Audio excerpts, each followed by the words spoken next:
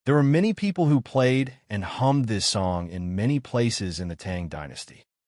Some even wrote lyrics. He always felt that this song written by Wang Wan was very beautiful. Whether it was the beginning or the climax, it was the same. The whole song was like the waves, layer upon layer. Moreover, he knew how to play it and receive the cheers of the other officials of the same generation. Especially when he was happy, he would play it twice. But it wasn't until today that she understood that this rosy clouds chasing the moon wasn't a happy song at all. It was a song of longing that was difficult to meet despite being separated by a long distance. Those layers were not waves, but the lingering feelings of the heart. And Xiao Yuan used a nursery rhyme to express the true meaning of this song. Xiaoqian's harmonica continuously used single-note vibrato, accentuation, and accompaniment to express this feeling of longing and reluctance incisively and vividly. Did everyone hear it? Did you see it? Is this kind of paper good? Xiao Bei acted as if nothing had happened and asked the other children with a smile. Su Yilong felt that his chest was tight and his stomach was uncomfortable. He wanted to vomit blood to reduce the pressure on his body. You can't play like this. I want to die. How can you be like this? The key now is rainbow clouds chasing moon. Okay?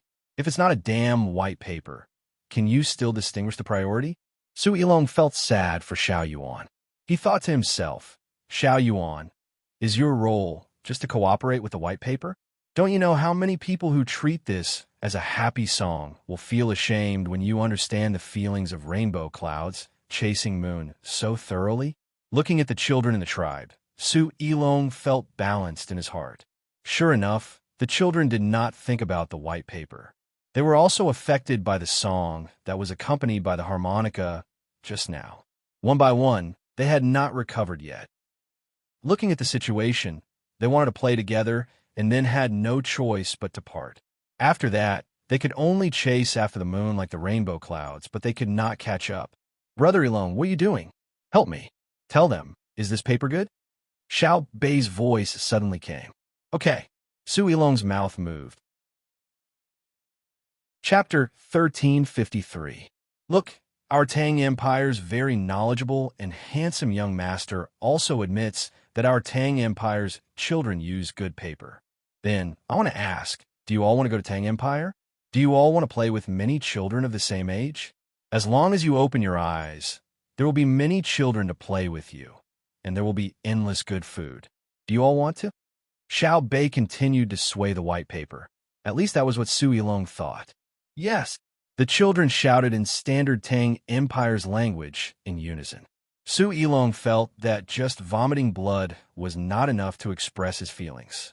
He should cry bitterly, the kind that shook the nine skies. He was really convinced. He finally understood what it meant to have telepathy. Could it be that Xiao Yuan could not write anything else? Could he only write such a simple and touching nursery rhyme? Obviously not. Xiao Yuan's literary talent was definitely not limited to this. It was very easy for him to write more profound and beautiful poems. However, little Yuan had chosen such a nursery rhyme. Its composition was so shallow that it would make countless people laugh at it.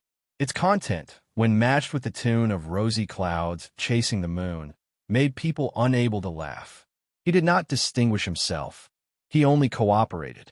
What a motherfucking tacit understanding. The moment Xiao Yuan asked Xiao Zhu to write, he knew what Xiao Bei needed. The two of them did not speak, nor did they exchange glances, but Xiao Yuan knew what to do. Xiao Bei also knew how to choose the song. Their purpose was simple.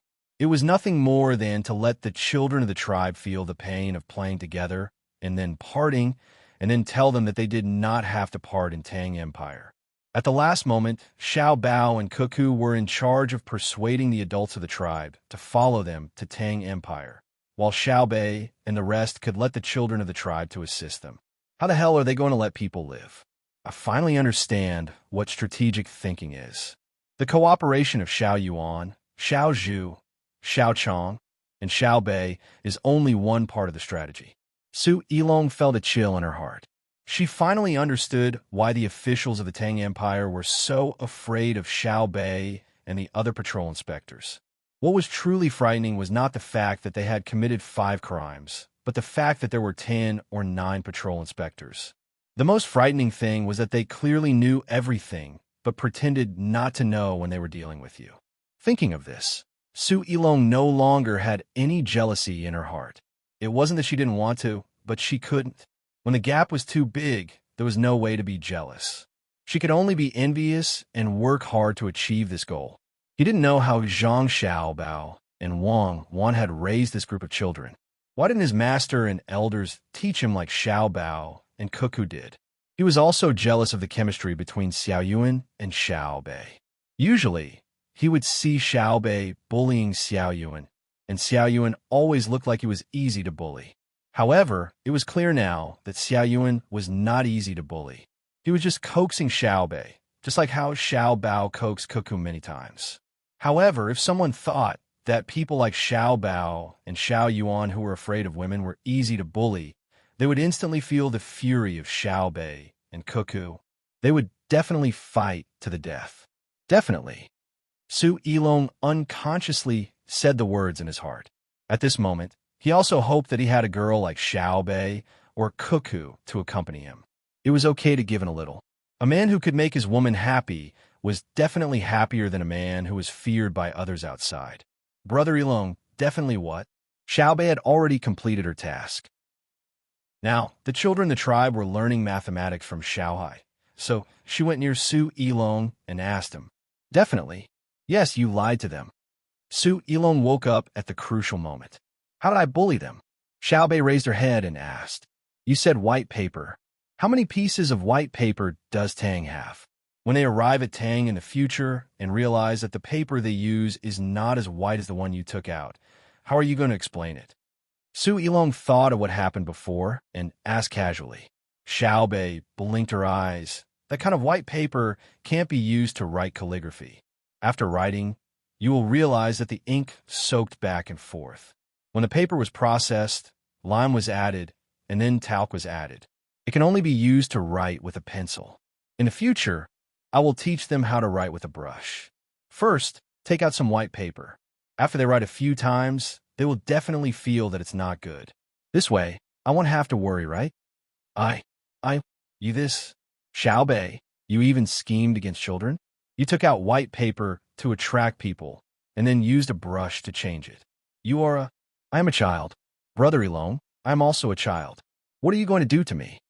Xiaobei looked at Su Ilong with a very cute look. Su Ilong squatted down and hit his head with both hands, muttering, Long live the Emperor. Your Majesty, I finally know why you put Xiaobei and the rest in the position of Tang Patrol. It's too torturous. I swear, if I were a local official, I would do my job well. I won't be greedy at all. I want to be loyal and patriotic. Brother Ilong, I support you, Xiaobei said in an understanding manner. Su Ilong hugged her head and fell to the ground. She rolled a few times and lay there looking at the sky. She found that the blue sky was still there, and the clouds were floating. The sky was clear, and the days could be leisurely. Everyone experienced the leisurely days on the way. Seymour Domo discovered a fact that was not good for him. As the people in the tribe changed into new clothes and could eat good food every day, his existence became less and less obvious. The people in the tribe no longer talked to him. Every day, they happily did things according to the orders of the Tang people. They were more diligent and more proactive than before. The people in the tribe that he originally controlled had a happy expression on their faces, as if it was a happy thing to be able to work for the Tang people. Regarding this, Seymour Domo only felt annoyed and regretful. He realized the reason. That hateful and terrifying Xiao Bao and Cuckoo actually adopted a new method. It was a point system. How much prey was hunted, how much firewood was collected, and how many wild herbs and mushrooms were harvested would give corresponding points. A warrior in the tribe who hunted a tiger alone was first reprimanded and deducted points. Because he did it alone with a spear, it was very dangerous. Therefore, the team deducted points from him, saying that he should have cooperated with others. Unless it was a critical moment of life and death, he could only do things on his own. 8 points were deducted. 8 points was the value of 2 taels of salt, and 8 points could be exchanged for 2 taels of salt. Of course, it could also be exchanged for other things. After the deduction of 8 points, he was immediately given 20 points. Because of his bravery and strength, the tiger that he hunted was indeed worth these points. But there was also a warning. The next time he went out to hunt a big animal, it would not be as simple as a deduction of 8 points. When this person in the tribe got his points, he exchanged them for a set of beautiful clothes for women. Then, one of his women ran to this person's side and completed the wedding in the Tang ceremony. He also received extra blessings from Zhang Xiaobao and Wang Wan, who gave him a set of ceramic utensils worth more than 10 kilograms of salt. Seymour Domo knew that these things on the surface were not the most important thing. What was important was that his own people were ignoring him. His woman was taken away by someone else, and it was the kind of relationship that both parties were willing to have. Seymour Domo was very sad and helpless. He really could not compare to the person who hunted the tiger alone, whether it was in terms of strength or courage. But he was not satisfied. After traveling for another day, he found an opportunity. He said to the person who was in charge of guarding him, "I think you are more powerful than your leader." "Who?" The person came over and asked softly. "Zhang Xiaobao. Look at your body, then look at him. He does not have much strength. You can definitely kill 2 people like him, but now you are following him and listening to him. I feel sorry for you." Seymour Domo sighed and said. The person who was chosen by him thought for a while and said softly, "Did you see wrongly? The young master can fight 2 people like me. It's not a life and death battle. Otherwise, he can kill 5 people like me. I was chosen from the 4th generation of guards, but I'm not good at fighting. When I was chosen, the 3rd generation people could beat me like I was a toy. You are afraid, so you think he is powerful.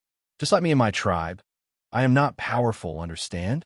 Seymour Domo thought that he found an opportunity and said. The person nodded. "I know. I also found that you are very weak, so there are only 6 people protecting you.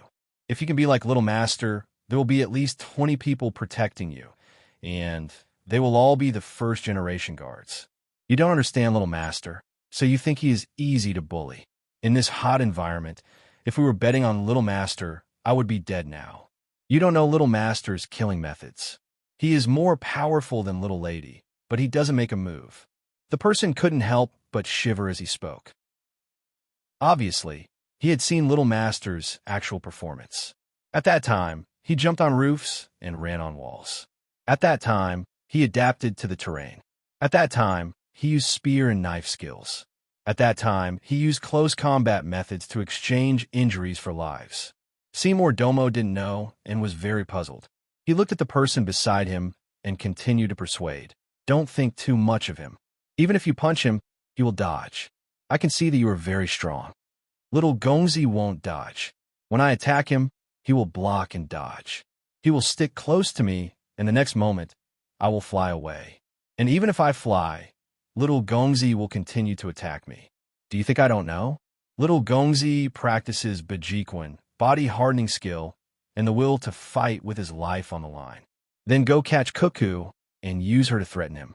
I can see that Xiao Bao cares a lot about this woman." Seymour Domo didn't give up and continued to persuade. He thought he had a chance. "I can't beat this little girl.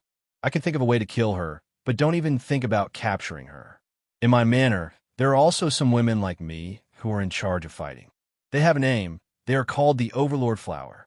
Perhaps because of their physical conditions, they have a weaker physique, but their willpower is higher than mine. If I can't catch them, they will hurt themselves to hurt the enemy. In reality, when their arms are caught by me, they will use the method of breaking their arms to complete their attack. The little lady is such a person, so the little Gongzi has never used force to oppress the little lady. Then you think you can make me betray you? I am telling you this because the journey is too long, and I have nothing to do. At the same time, I want you to know what kind of people you are facing. You think they're the same as you? You want me to deal with my family's young master and young madam? Fuck, look at the other 5 people around you. If I had hesitated just now, I would have died. You're such an idiot. Brother Wang, why don't you believe me?" The person who was talking to Seymour Domo looked at Seymour Domo with disdain and asked the person beside him with a bitter face. "It's not that I doubt you, but you know the rules. If someone is close to Seymour Domo, the rest of us will have our guns loaded. If I'm close to you, are you sure you won't load your gun? The person who was called Brother Wong didn't change his expression at all. You see, brother, it's not that I don't want to give you face and make you waste your time, but I have no choice. I also have parents and children. Then why are you telling me this? Seymour Domo didn't understand. Do you want to be with your people in the future and you can get more women? The person who was called by Seymour Domo asked. Chapter 1354. As the group continued to move forward, Seymour Domo became more well-behaved. When the group passed by a certain place to rest, he took the initiative to make contact with the locals. He said that he was sent by the king and that he could lead others to a better life. By the time they left the territory of the Kamanagbo kingdom, he had successfully recruited more than 300 people to follow behind the group. Of course, the children were still under the care of Xiao Bei and the others. Seymour Domo had finally regained his authority. The people who had been tricked by him saw that the things provided here were indeed good. They did not think about anything else and obediently followed him. They listened to Seymour Domo's lecture. Then, the strong men dispersed to listen. They returned to other places and told others about this set of theories. Then, they went to the agreed meeting place and waited for the person who could bring them happiness to come and pick them up. They held sharp knives in their hands, as well as dozens of kilograms of salt and canned food. Seymour Domo had agreed with them that they would get 10 jeans of salt for every person they brought. If they were able to get more people, they would get an additional jeans of salt. If they were able to get more people, they would be able to get an additional jeans of salt. If they were able to get a dozen people in a month, then they wouldn't need to get more people in half a year. If they didn't want salt, they could exchange it for other things, such as powerful and easy-to-carry crossbows or silk clothes. After the people who were recruited by him heard this, they felt that it made sense. If they put their children in the group, they wouldn't have to worry about anything else. They could put all their effort into recruiting people. While Seymour Domo was happy that his beautiful days were getting closer and closer, Xiao Bei and the others thought that they had found a new continent. When the group stopped to wait for the people and animals that they had sent out, Xiao Bei found his brother and sister. "Brother, give me 10 strings of money." Xiao Bei extended his chubby hand. "What?" Zhang Xiaobao didn't have money on him. He spread his hands, indicating that he couldn't afford it. "You can pawn something for 10 strings of money. I'll tell you a way to make a lot of money." Xiao Bei didn't withdraw his hand. Zhang Xiaobao rummaged through his body and took out 2 small copper beads. He said to his sister, "Nowadays, copper is also very valuable. All right, this time, I'll count your hidden weapon as valuable. My method is to say the same thing to the others, and then have them give you the money. Then, you give me the money. Every time you succeed, you get 1/10 of the money. Then, they go and say it again. What about you? I could just wait to get rich, right? Even if I say 10 successful missions today, even if I don't complete all 10 missions, I'll only say one a day. A month later, it'll still be 30. Their chances of success aren't high. One a day, 900 in the second month, and 27,000 in the third month. According to the formula, I'll definitely be a millionaire in half a year. Do you have the formula?" Zhang Xiaobao asked his sister with a smile. Xiao Bei blinked and stuck out his tongue. "Formula? Is it mathematics?" "Using a mathematical method to calculate, for example, if I go to someone else and they give me 10 strings of coins, I'll give you the money? What about me? The person I find will go to someone else. What about him? You have to make it seem reasonable for others to be willing to join. That's right, it needs to be calculated back and forth. The people below will get less than me, right? No, if they get less than me, why would they give me the money?"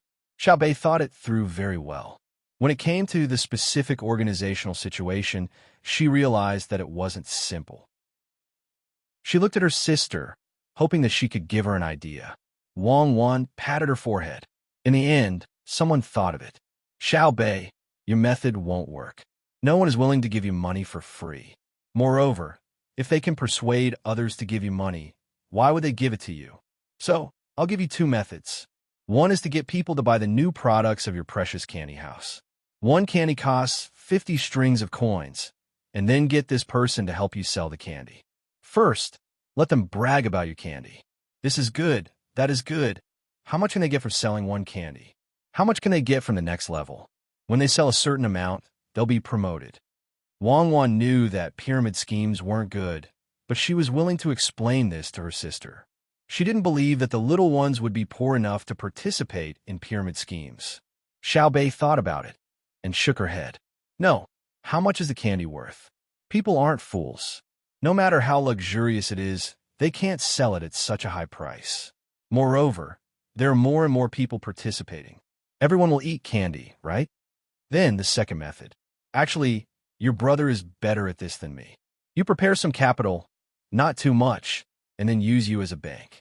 You collect deposits and give high interest. At the same time, you get this person to help you collect deposits and still have high interest. The more people he finds, the higher the interest. Your marketing concept is investment. The more money you have, the easier it is to make money. You exaggerate your funds, and then others will believe you. Isn't it the same wherever the money is? You can get more interest by saving it for you. Wang Wan glanced at Zhang Xiaobao and explained to Xiao Bei. Xiao Bei furrowed her brows and clenched her fists. She said with a bitter face, "What happens in the end? There are two outcomes. One is that you do have the ability to invest in finance and earn more profits than you give away. This way you can make money. The other is that you don't have the ability and then the market collapses. You take the money and run away. The other people who invested later will cry." As Wang Wan spoke, she looked at the sky in the distance. She seemed to be reminiscing, but also seemed to be at a loss. Isn't this cheating? If the interest is low, people won't come. If the interest is high, how can we earn? Xiao Bei sighed. It's not cheating. It's just a private capital operation. Isn't it the same if the money is stored in a bank? The bank will take out loans and use the money earned to pay the interest. At the same time, they will keep a portion of the profits. It's just that the risk is too high, and it doesn't match the overall economic stability of the Tang Empire. That's why your brother and I don't allow them to take out high-interest loans in private. Instead, we try to perfect the functions of the bank, including small loans for families, as well as venture investment for the production and research of the new real economy. Not every loan will make money. Some will even lose money. Not every venture will get a corresponding return. But these are all allowed. Wang Wan introduced the inside of the bank to Xiao Bei. She only mentioned it briefly and didn't go into too much detail. Even if she did, Xiao Bei wouldn't understand. Xiao Bei nodded, looking very depressed. So it's like this. I thought we were the first to think of it. Others probably thought of it long ago, but no one dared to do it. Are there any other loopholes to exploit? There are. Wang Wan didn't expect Zhang Xiaobao to answer such a small question. She could easily explain it clearly. For example, shares. Our family has a cooperative relationship with many businessmen in the Tang Empire, including your precious candy house. Can this note be traded? No, you can't. If you sell the note, everyone will buy and sell. It will be chaotic, Xiao Bei said firmly. Then can I use the restaurant that belongs to me as collateral in the bank? Wang Wan asked. Yes. Xiao Bei nodded. Then let's open a restaurant together. I need money. Can I put my part of the restaurant as collateral to the bank? Wang Wan asked again. Xiao Bei was stunned. She immediately figured out what was going on and continued to frown. I know. If you say no, it's obviously unreasonable. If you say yes, then you have to put the note as collateral. And if you don't want to continue the cooperation, you're just selling the note. No matter who comes to buy it. What will you do? Set up a place to trade shares and notes. Everyone can buy and sell notes there, Wang Wan replied. Why not now? They're all doing private transactions, right? Xiao Bei thought of a problem. Wang Wan smiled and said, yes, a small number of them are doing private transactions. There will be more in the future, but not in the short term. Your brother and I don't have enough manpower, and there are few financial operators.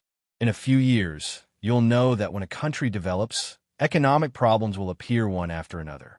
As long as people have desires, they can't stop it. Xiao Bei couldn't imagine what the future would be like. She nodded, not fully understanding. She returned the 2 copper beads to her brother and ran to the other little guys to repeat the story. Seeing his sister run away, Zhang Xiaobao smiled and said to Wang Wan, our brothers and sisters are very smart. After discovering what Simo Domo was doing, they actually came up with such a good idea. No matter how good their ideas are, they can't compare to yours. Look at the idea you gave Simo Domo. It's so good and so insidious. Wang Wan thought of Simo Domo, who had been cheated and felt sorry for his people. She knew that Zhang Xiaobao's plan wasn't an illegal pyramid scheme. It was very reasonable. Using people to find people and developing underlings to gain benefits. It could be settled with salt, but it could also be exchanged for other things of equal value. During this process, there was no deception.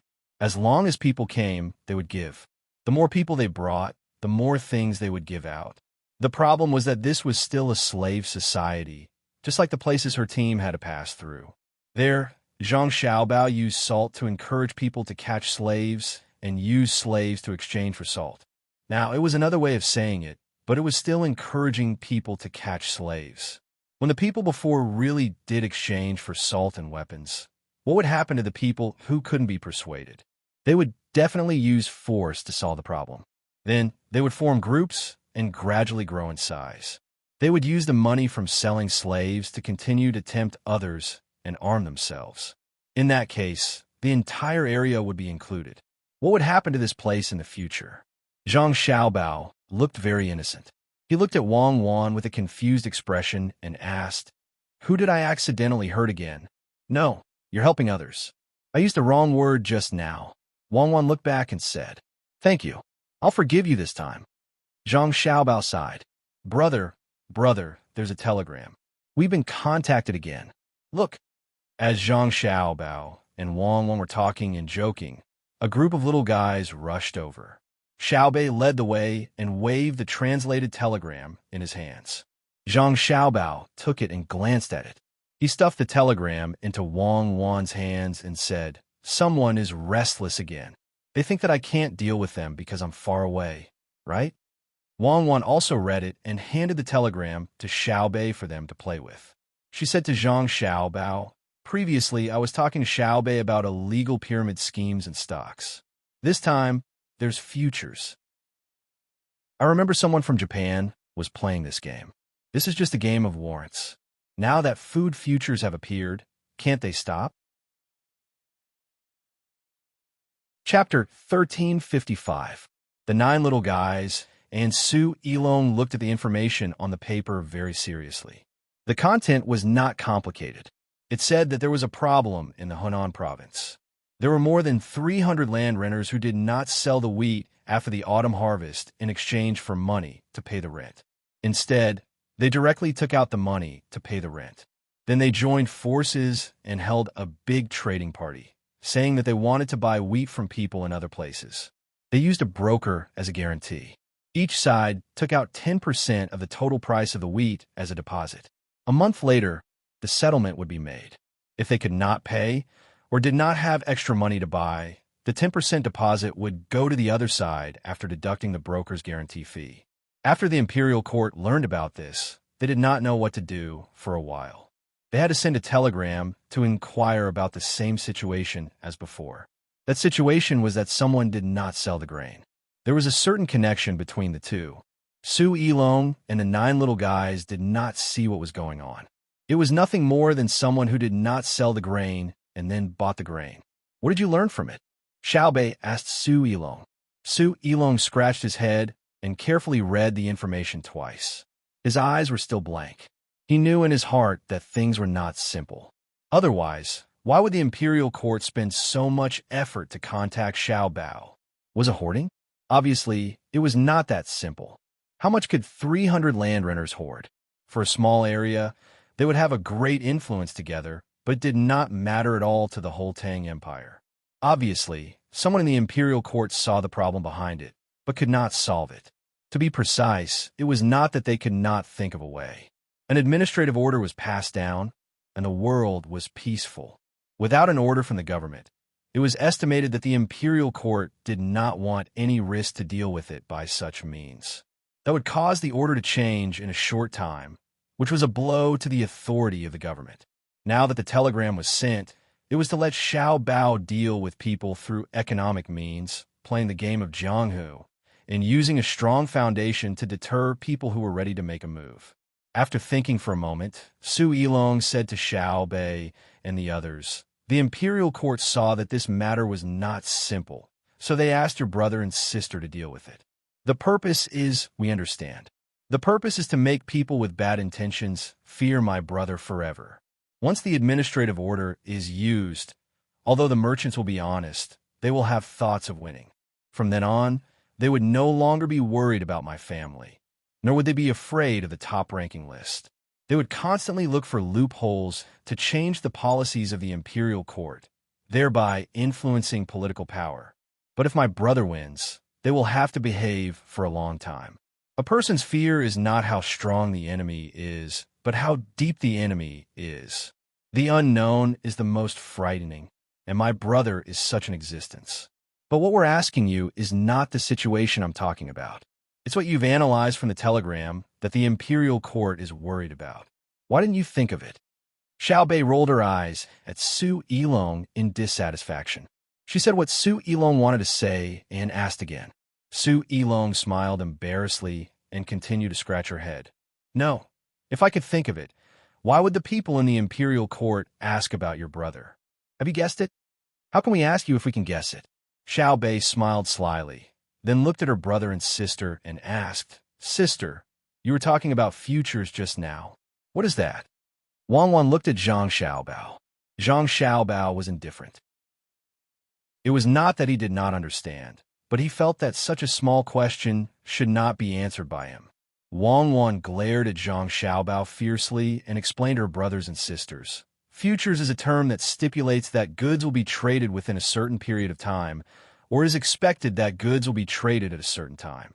For example, it's my birthday, and I want to buy a cake from your precious candy house. When you send it to me on my birthday, I'll give you a deposit first. If I don't want it, I'll give you the deposit.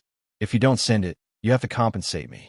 Under normal circumstances, you won't give me the deposit, but in futures, you have to take out the money as a guarantee and give it to a third party, such as a broker. Then I can rest assured. Oh, I understand. It's just buying and selling things. You make it so mysterious. You want to buy a cake from me, but you don't trust me. Got it, got it. Xiao Bei looked like he understood and patted his chest. Wang Wan and Wei Wei smiled and continued. What's the most interesting thing about futures? Why buy a birthday cake? I don't buy it from you. I only say that I want to buy it. For example, the Glory and Splendor Eye series cake that you sell is priced at 20 strings of coins. It can be given to more than 100 people. As for me, I don't want to spend 20 strings of coins. I think it's too expensive, so I said that I want to buy it with 19 strings of coins. When your brother found out, he discussed it with me. He was willing to buy me a cake that cost 19 strings of coins on my birthday, the same as my request. I took out a part of the money as the deposit, and your brother took out a part of the money as the deposit. If the price of the cake is 19 strings of coins when your brother bought it, he will lose 1 string of coins. If it's 18 strings of coins, he will make 1 string of coins. At this time, it depends on how much the deposit is. If it's 2%, then suddenly the price of the cake will be 21 strings of coins. Your brother will choose not to take the deposit, otherwise he will lose even more. If it's suddenly 17 strings of coins, then I don't want the deposit. I might as well buy a new one myself. If the price of the cake rises little by little to 19 strings of coins and 500 coins, then your brother's deposit was 380 coins. Now he has to add in the next 500 coins, which is 10 coins. If he can't take out the 10 coins, then the broker will terminate the deal between me and your brother and give me the 380 coins. Of course, the broker will have to take out a part of the money, but I can't guarantee it for free. On the other hand, it's the same for me. If the price of the cake drops, I have to make up the money according to the decrease. Otherwise, the broker will also give my money to your brother. Xiao Bei and the others were in a daze. They looked at each other, then gathered together and whispered. Xiao Bei rolled his eyes and said, "Doesn't that mean that we can make money without having anything in our hands?" Yes, this is called futures, real futures. It's not like the simple things that appear in Hunan province, where both parties' deposits are unchanged. Wang Wan looked to the east and seemed to see a group of people who thought they were smart in Hunan province. They were happy there. The eyes of the 9 little guys were full of excitement. They learned a lot today and also touched the threshold of a certain industry. It turned out that money could be earned this way. Of course, it was also lost in this way. Su Yilong also seemed to see a new sky. What surprised him even more was that when the problem that the imperial court couldn't solve was passed on, Wang Wan didn't care, while Zhang Xiaobao looked disdainful. What did this mean? It meant that what the imperial court found difficult was not difficult for them. And according to what Wang Wan said, it was even better than what some people in Hunan province did. For a moment, Su Yilong began to mourn for the more than 300 people. You said that the tricks you tried so hard to come up with were like children playing house in front of Xiaobao and Cuckoo. The two of them were disgusted and absolutely disgusted. Now there were still people in the country looking for trouble, but they were not afraid of them. Dealing with them would be a piece of cake. Thinking of this, Su Yilong also relaxed and asked Wang Wan, "What they did is not good. It's hard to say whether it's good or bad. There's no problem with the futures trading itself. What's wrong is their ideas. They purely want to seek greater benefits, and they are clearly aware of the impact that their success will have on the Tang economy. Why didn't they do it earlier or later? Why do they have to wait for me and Xiaobao to come here and do it when the war is going on? What are they thinking? Xiaobao, tell me, what are you thinking?" As Wang Wan spoke, she suddenly questioned Zhang Xiaobao, who was standing aside as if he had nothing to do with it. Zhang Xiaobao blinked and showed a confused expression. He looked very confused. "Sister, what does it have to do with brother?" Seeing that his sister was talking about his brother, Xiaobei did not speak up for his brother, but asked very curiously, "Ask your brother." Wang Wan stared at Zhang Xiaobao again. Seeing the little guys looking over, Zhang Xiaobao smiled shyly and said, "It has something to do with the national policy I mentioned before.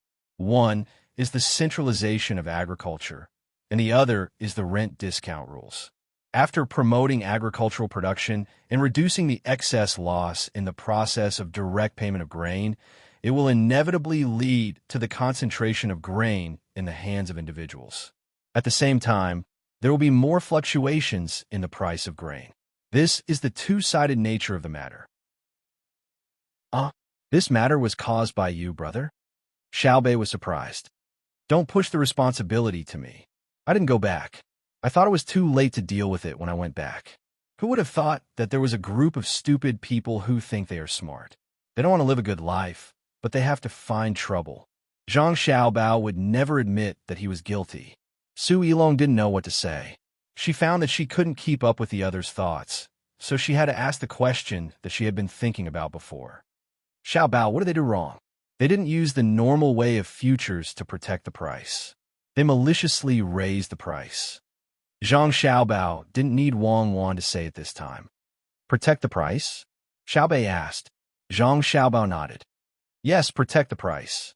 For example, you have a large piece of land planted with rice. The price of rice last year was 10 coins per bushel. This year, there is still a month before the harvest. You don't know the price yet, but you are afraid that everyone will harvest less than last year. Then what will you do? You can sell it now and say that you want to sell it for 10 coins per bushel. You pay the deposit, and then others will buy it. When it is time to harvest, the price will change. A bushel of rice will become 11 coins. At this time, you will lose 1 coin per bushel of rice that you sold before, right? But you planted rice, and the rice you planted became 11 copper coins, which was 1 copper coin more than the 10 copper coins you expected. You used the money you earned and the money you lost to offset the losses, ensuring that you could sell a bucket of rice for 10 copper coins. On the other hand, if it becomes 9 coins, you will earn 1 coin from the futures contract you sold before, and you will lose 1 coin per bushel of rice. In the process, you will lose some money to the broker. This is the protection price. You can hedge back and forth, or you can directly sell the rice to others in the end. The premise is that they want the rice. Otherwise, they will rather pay you the deposit. You can play like this? Xiaobei's eyes lit up when he heard this. Then he remembered what happened before and asked, "Why didn't the 300 people from Hunan buy instead of selling?" "Because they are provoking. They are not preserving their value, but gambling. They want to get double the profit. There are many people watching and waiting for their results. If they succeed, more people will join in, Zhang Xiaobao said angrily. He did not care about this kind of behavior. What he cared about was what those people thought. Each and every one of them had a stable life and began to look for excitement. Right? Aren't the people on the list smarter than you? What does it mean that they did not move? If I don't teach you a lesson, you won't know why flowers. Wrong. How many eyes does Ma Wanya have? The little guys were as angry as Su Yilong. They also knew what was going on. Su Yilong clenched her fists and gasped for breath. She said, "Everyone is busy making the Tang Empire better. You have already personally participated in the war. The people on the top list of billionaires are all cooperating. Many people spontaneously came out to help transport the war resources and repair the roads.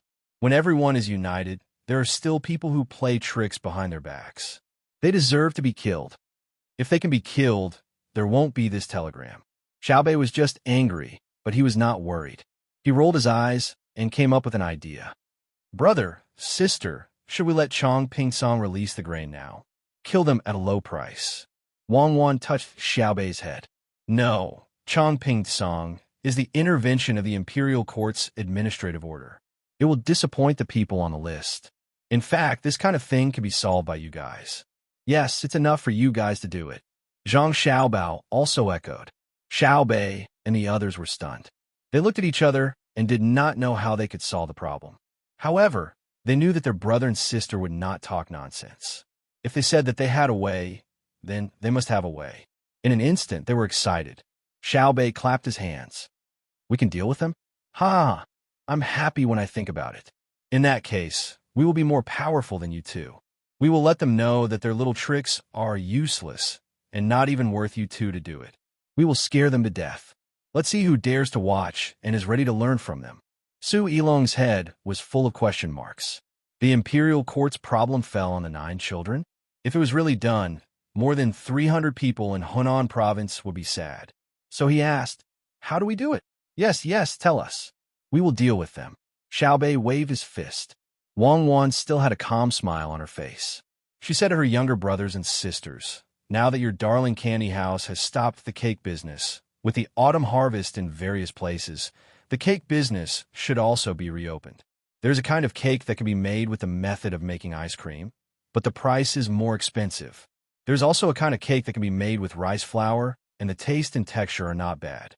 As for the cake made with rice flour, it will be boring to eat too much of it, so we will send a telegram now and tell the darling candy house in the country to involve the branches in Hunan province and the surrounding areas. From now on, we will not buy any wheat and flour. At the same time, we will develop a new darling rice noodles and a cooling series of drinks. Before that, we will sign a contract with an organization of more than 300 people to sell wheat and flour. Let them lose money. It is best to get some coarse grain products. Write in the darling candy house's newspaper that eating noodles is not good for health. Xiao Bao should eat more other things." This time, it was Xiao Yuan who said it. Chapter 1356. So simple. Su Yilong listened to the plan and couldn't believe it. It's not simple, it's the rules. In the economic field, the absolute oppression of the dominant capital over the small capital. More than 300 land renters may seem like a lot, but it depends on who they are compared to. My candy house can bully them to death. Without capital, whether it's the virtual economy or the real economy, they can only follow the trend. If they want to follow the trend, they have to be prepared to be drowned by the waves. Zhang Xiaobao said with a deep gaze. Wang Wan showed a different kind of smile and said, "But my Xiaobao is an exception. My Xiaobao plays the unconventional game. If those 300 people are under his command, I have to deal with them personally. I need to mobilize more capital, and even so, I'm not sure I can keep him." "I believe you." Su Yilong nodded. Xiaobei and the others went to send a telegram to their precious candy house. They told the people in the candy house to inform Beijing and then leave it be. To them, they couldn't meet in person and then fight against the other party. They could only command from afar and didn't feel any sense of accomplishment. They were not afraid that the merchants from other roads would transport wheat to Hunan because the transportation cost was very high. After they transported the wheat over, they would find that the price had to be very high to make a profit. Moreover, there were merchants who could reduce the transportation cost on a large scale. These people in the upper echelons of the Tang Empire's economic field were not as stupid as the 300 people from Hunan who acted first. The 300 people were ignorant and fearless. If they didn't enter that circle, they would never know the rules of that circle, and it was difficult for them to personally understand the strength of Zhang Xiaobao. Just like the people at the top of the mountain and at the bottom of the mountain, they were so small when they looked at each other. The difference was that it was easy for the people at the top of the mountain to come down, but difficult for the people at the bottom of the mountain to go up. Half a month later, news came from the three fronts again. They had continued to penetrate more than 1,000 kilometers into the territory of the Duo people in three directions. The Duo people's response was to strengthen the defense and clear the field. At the same time, the main force of the Tang Empire retreated. Now, the Tang Empire's Third Front Army was resting and waiting for the follow-up supplies to arrive. The Duo people's army was also gathering and blocking the front of the Tang Empire's Third Front Army. Zhang Xiaobao and Wang Wan took out the map and looked at it. Because there was no detailed information and only circles were used to represent various places, the two of them estimated that the Tang army had already passed through Afghanistan and entered Iran. Looks like we have to speed up. It's not in line with the strategic goal. Why did they fortify the walls and clear the fields? Is Qiushu done? How do you deal with the food? Zhang Xiaobao clearly saw the third line of troops rushing over, but he didn't show a happy expression because his tactics couldn't be used in the current situation. He wanted to defeat the main force of the Duo cannibals and then use economic means, but now it seemed impossible. Moreover, he could imagine that many people would die during a large-scale retreat. The old, the weak, the sick, and the disabled would not be able to keep up with the retreating troops. In addition to the complex terrain, it would be considered good if 3 or 4 out of 10 people could make it back alive. It should be known that when the Tang Empire's army advanced, there would be non-combat casualties. They were all young adults, not old people and children. Wang Wan also frowned. She also didn't want to occupy a place where there was no human habitation, but she understood that this was the best way the Duo people could think of at the moment. Looking at the map again, Wang Wan said to Zhang Xiaobao, "Let's not go anymore. Let's go back and provide support to the pyramid schemers at the top of the tower. Let's go home and not go any further. Our landing forces over there have probably already taken over a large area as well. We'll be able to complete a pincer attack with the third line of troops. Besides, we don't plan to attack all the way to Mecca in one go. Let's just stay here and find the oil first. Then we'll ship it to Xinyuan Island for processing, which is Luzon Island. There's also a lot of coal there. Don't ship it to the Tang Empire anymore. When the technology is mature, we can go back to the Tang Empire to build a factory. In the past few years, in order to develop, our local workshops have destroyed a lot of the environment. Of course, the people of the Tang Empire don't know whether the environment is good or bad. In the past, they always encouraged the destruction of forests and farmland. Let's not go back directly. Let's go through India. I think we can recruit a lot of people along the way. When we reach the coast, we can take a boat back. I believe that the fleet that goes around the sea will increase the transportation efforts when the frontline troops have the advantage." Zhang Xiaobao temporarily put aside his depressed mood and thought about the next step. As for the Duo people's headquarters, let's put it aside first. As long as the fleet was there, they could control the Euphrates River. Then, the Duo people's region sandwiched between the Persian Gulf and the Red Sea was basically under control. They would fight when they had the time. The troops at the front line were in a war situation for a long time, which had a great impact on the morale. The main problem was adapting to the environment. Not to mention the soldiers. Even he, who used to fly all over the world, couldn't withstand the wild environment of the Arabian region. After a long time, people would go crazy. The driving force that supported the Tang army's advance was the belief of the strong country. Wang Wan's mood was the same as Zhang Xiaobao's. She felt uncomfortable. She thought that she would have the opportunity to personally organize a few tactical cooperation and have fun. In the end, it turned out like this. She complained about the duo people in her heart. Didn't they say that they would rather die than surrender and kill people who didn't share the same belief? Why did they surrender now and know how to make a strategic retreat? If only they could hold on a little longer. The Tang army wouldn't have rushed indirectly. What were they afraid of? In the end, they played the scorched earth strategy. Many people died, and the autumn harvest wasn't good. Why bother? After feeling depressed for a while, Wang Wan ordered someone send a signal. Tell the third-line troops to look for supplies on the spot. There's no need to attack anymore. Wait for the landing troops to join up. After the last land supply arrives, there won't be any more land supplies. Someone immediately sent a telegram while they could still contact. Otherwise, there might be no signal at any time. Wang Wan then said to Zhang Xiaobao, "That's why people always say that in the course of war, there will always be accidents like this. We can't control them, even if we want to. We only consider our own strategic arrangements, but we don't study the other party's thinking. In the future, there will be more oil. It's just that our oil extraction technology, just like when China attacked India in the past, who would have thought that the Indian army would be so weak? At that time, China, India, and the United States were all dumbfounded. In the end, it was the United States that airdropped supplies to India. Once again, it proved the absolute superiority of advanced weapons over backward areas. It was hard not to be convinced. As for oil extraction, it's simple. Just dig. I don't believe that all the duo people in the war zone will be killed. There will be a large number of survivors. Now, there are already people digging oil wells. As long as they give enough benefits, they will be able to dig more.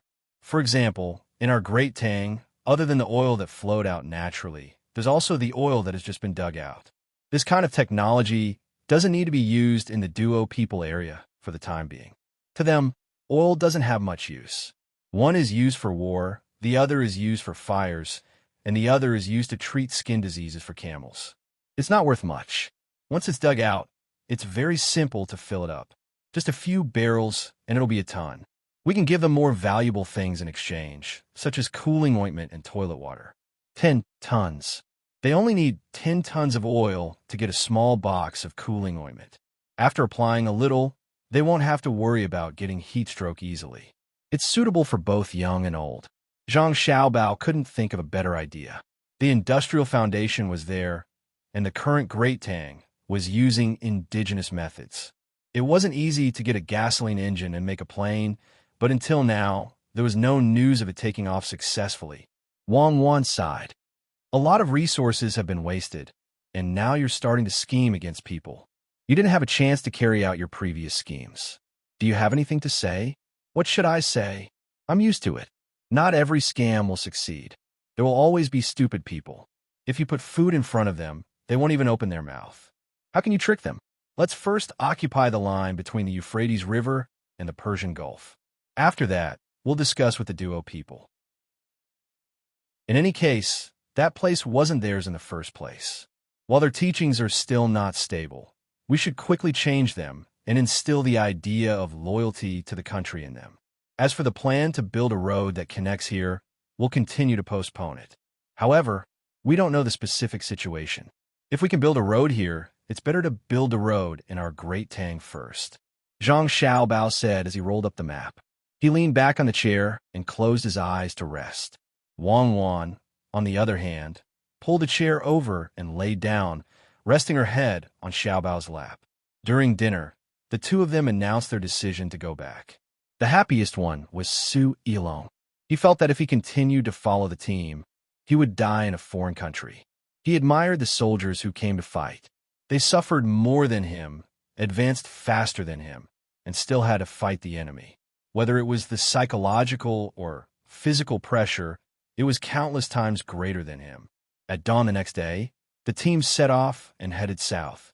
They had to pass through part of the Indian territory and then to the seaside. They would wait for passing ships to help deliver the news and then return home by sea. Your Majesty, eat some melon. Not far from the capital, beside an artificial saltwater lake, Gao Lishur held a plate with cut melon on it, and spoke to Li Longji, who was lying under a parasol. Li Longji waved his hand, indicating that he didn't want to eat. He said, "It's so hot this year. Is there a disaster?" Gao Lisher pondered and put the plate on the table. He answered, "A state and 2 counties in the Yangtze River Basin were flooded. A county in the Yellow River Basin also had a flood. Drought? No. Oh, it's good that there's no drought. After the flood, people will move out and wait for the water to pass before they can go home and rebuild. I'm only worried about the drought. After a few years of drought, locusts will fly everywhere. When the lives of the people are better, I'll be in a good mood. Today, when I saw the other places on the lake that are open to others and the children playing happily, I felt better than eating iced melon." Li Longji was lying there. Wei Wei raised her arm and pointed. There were indeed many children crying and splashing in the water. "Your Majesty is gracious to the world. Naturally, people will live well and know how to be grateful," Gao Lisher said. "Humph." Li Longji snorted coldly and said, "Not necessarily. There are always people who think that peace is not good and want to find something to do. How's the situation in Hunan province? The price of wheat is 20% lower than last year. Chongpingsong is preparing to buy grain at a premium.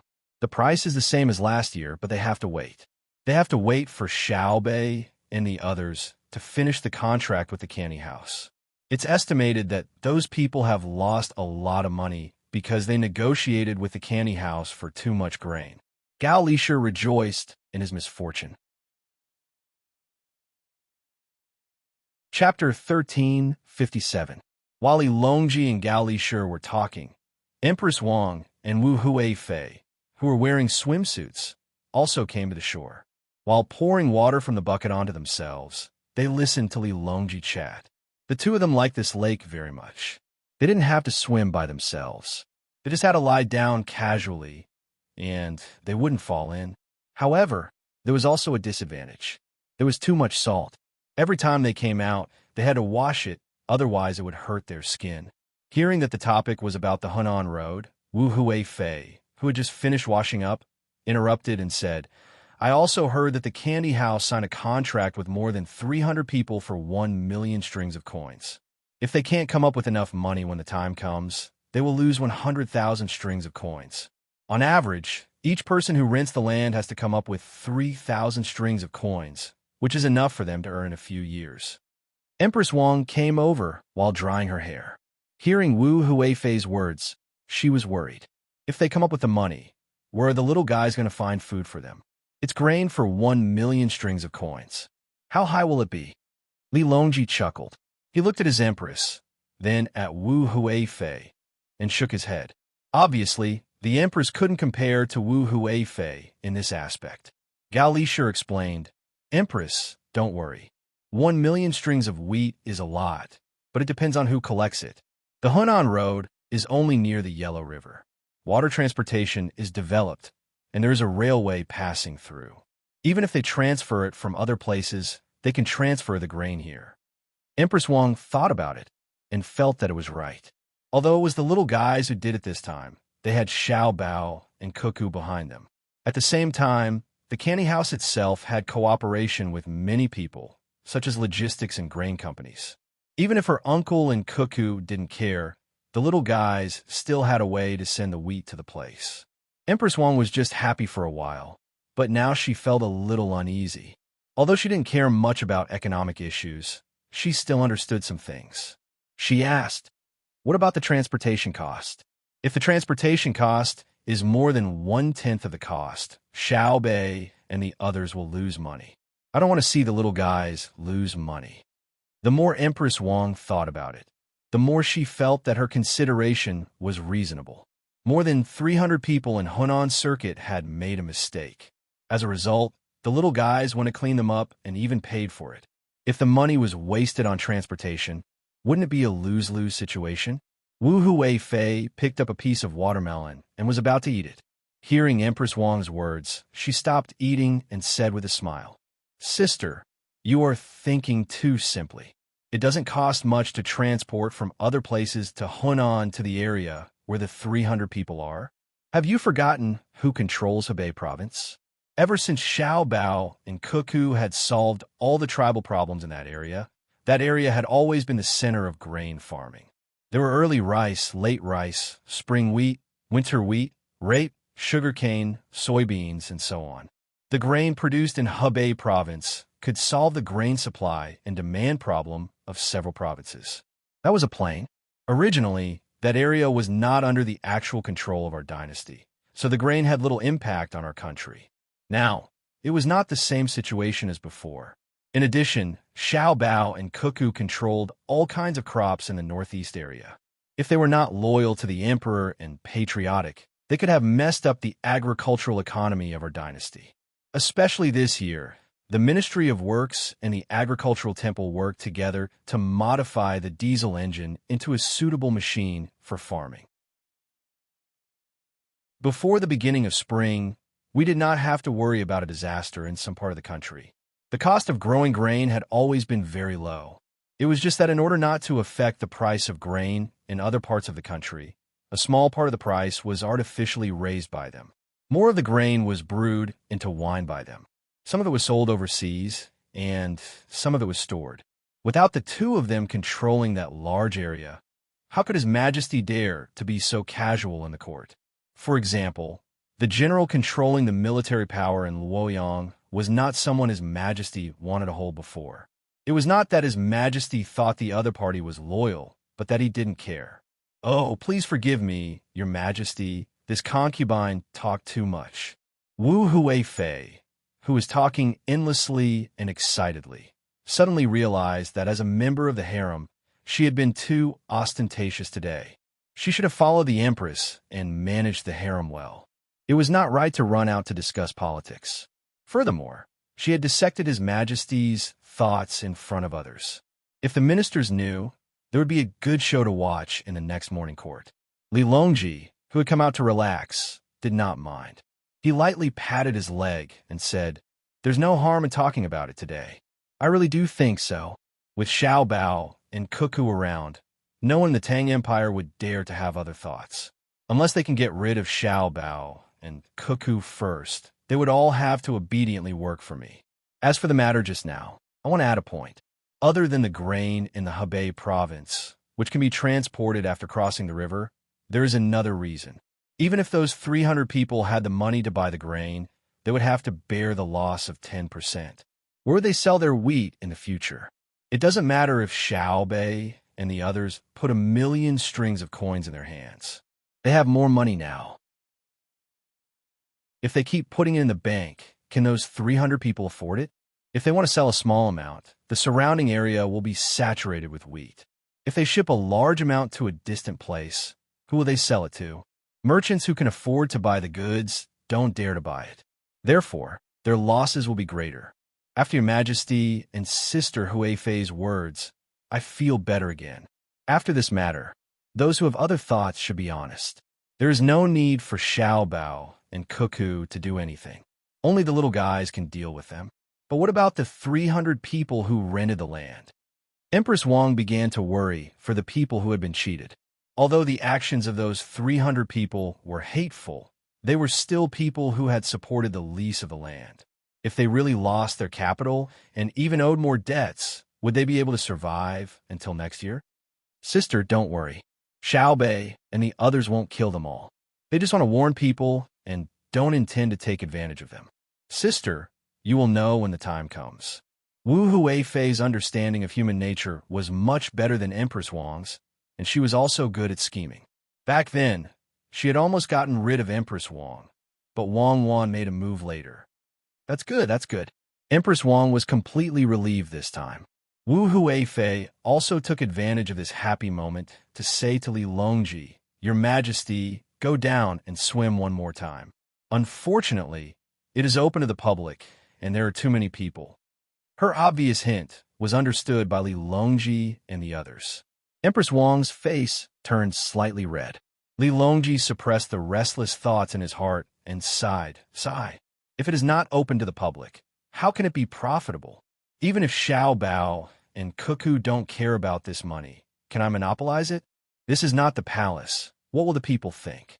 I still plan to invest more money to continue expanding the unsinkable lake. I want to let the people in the capital and the people who come to the capital know that there is water and there is no lack of people.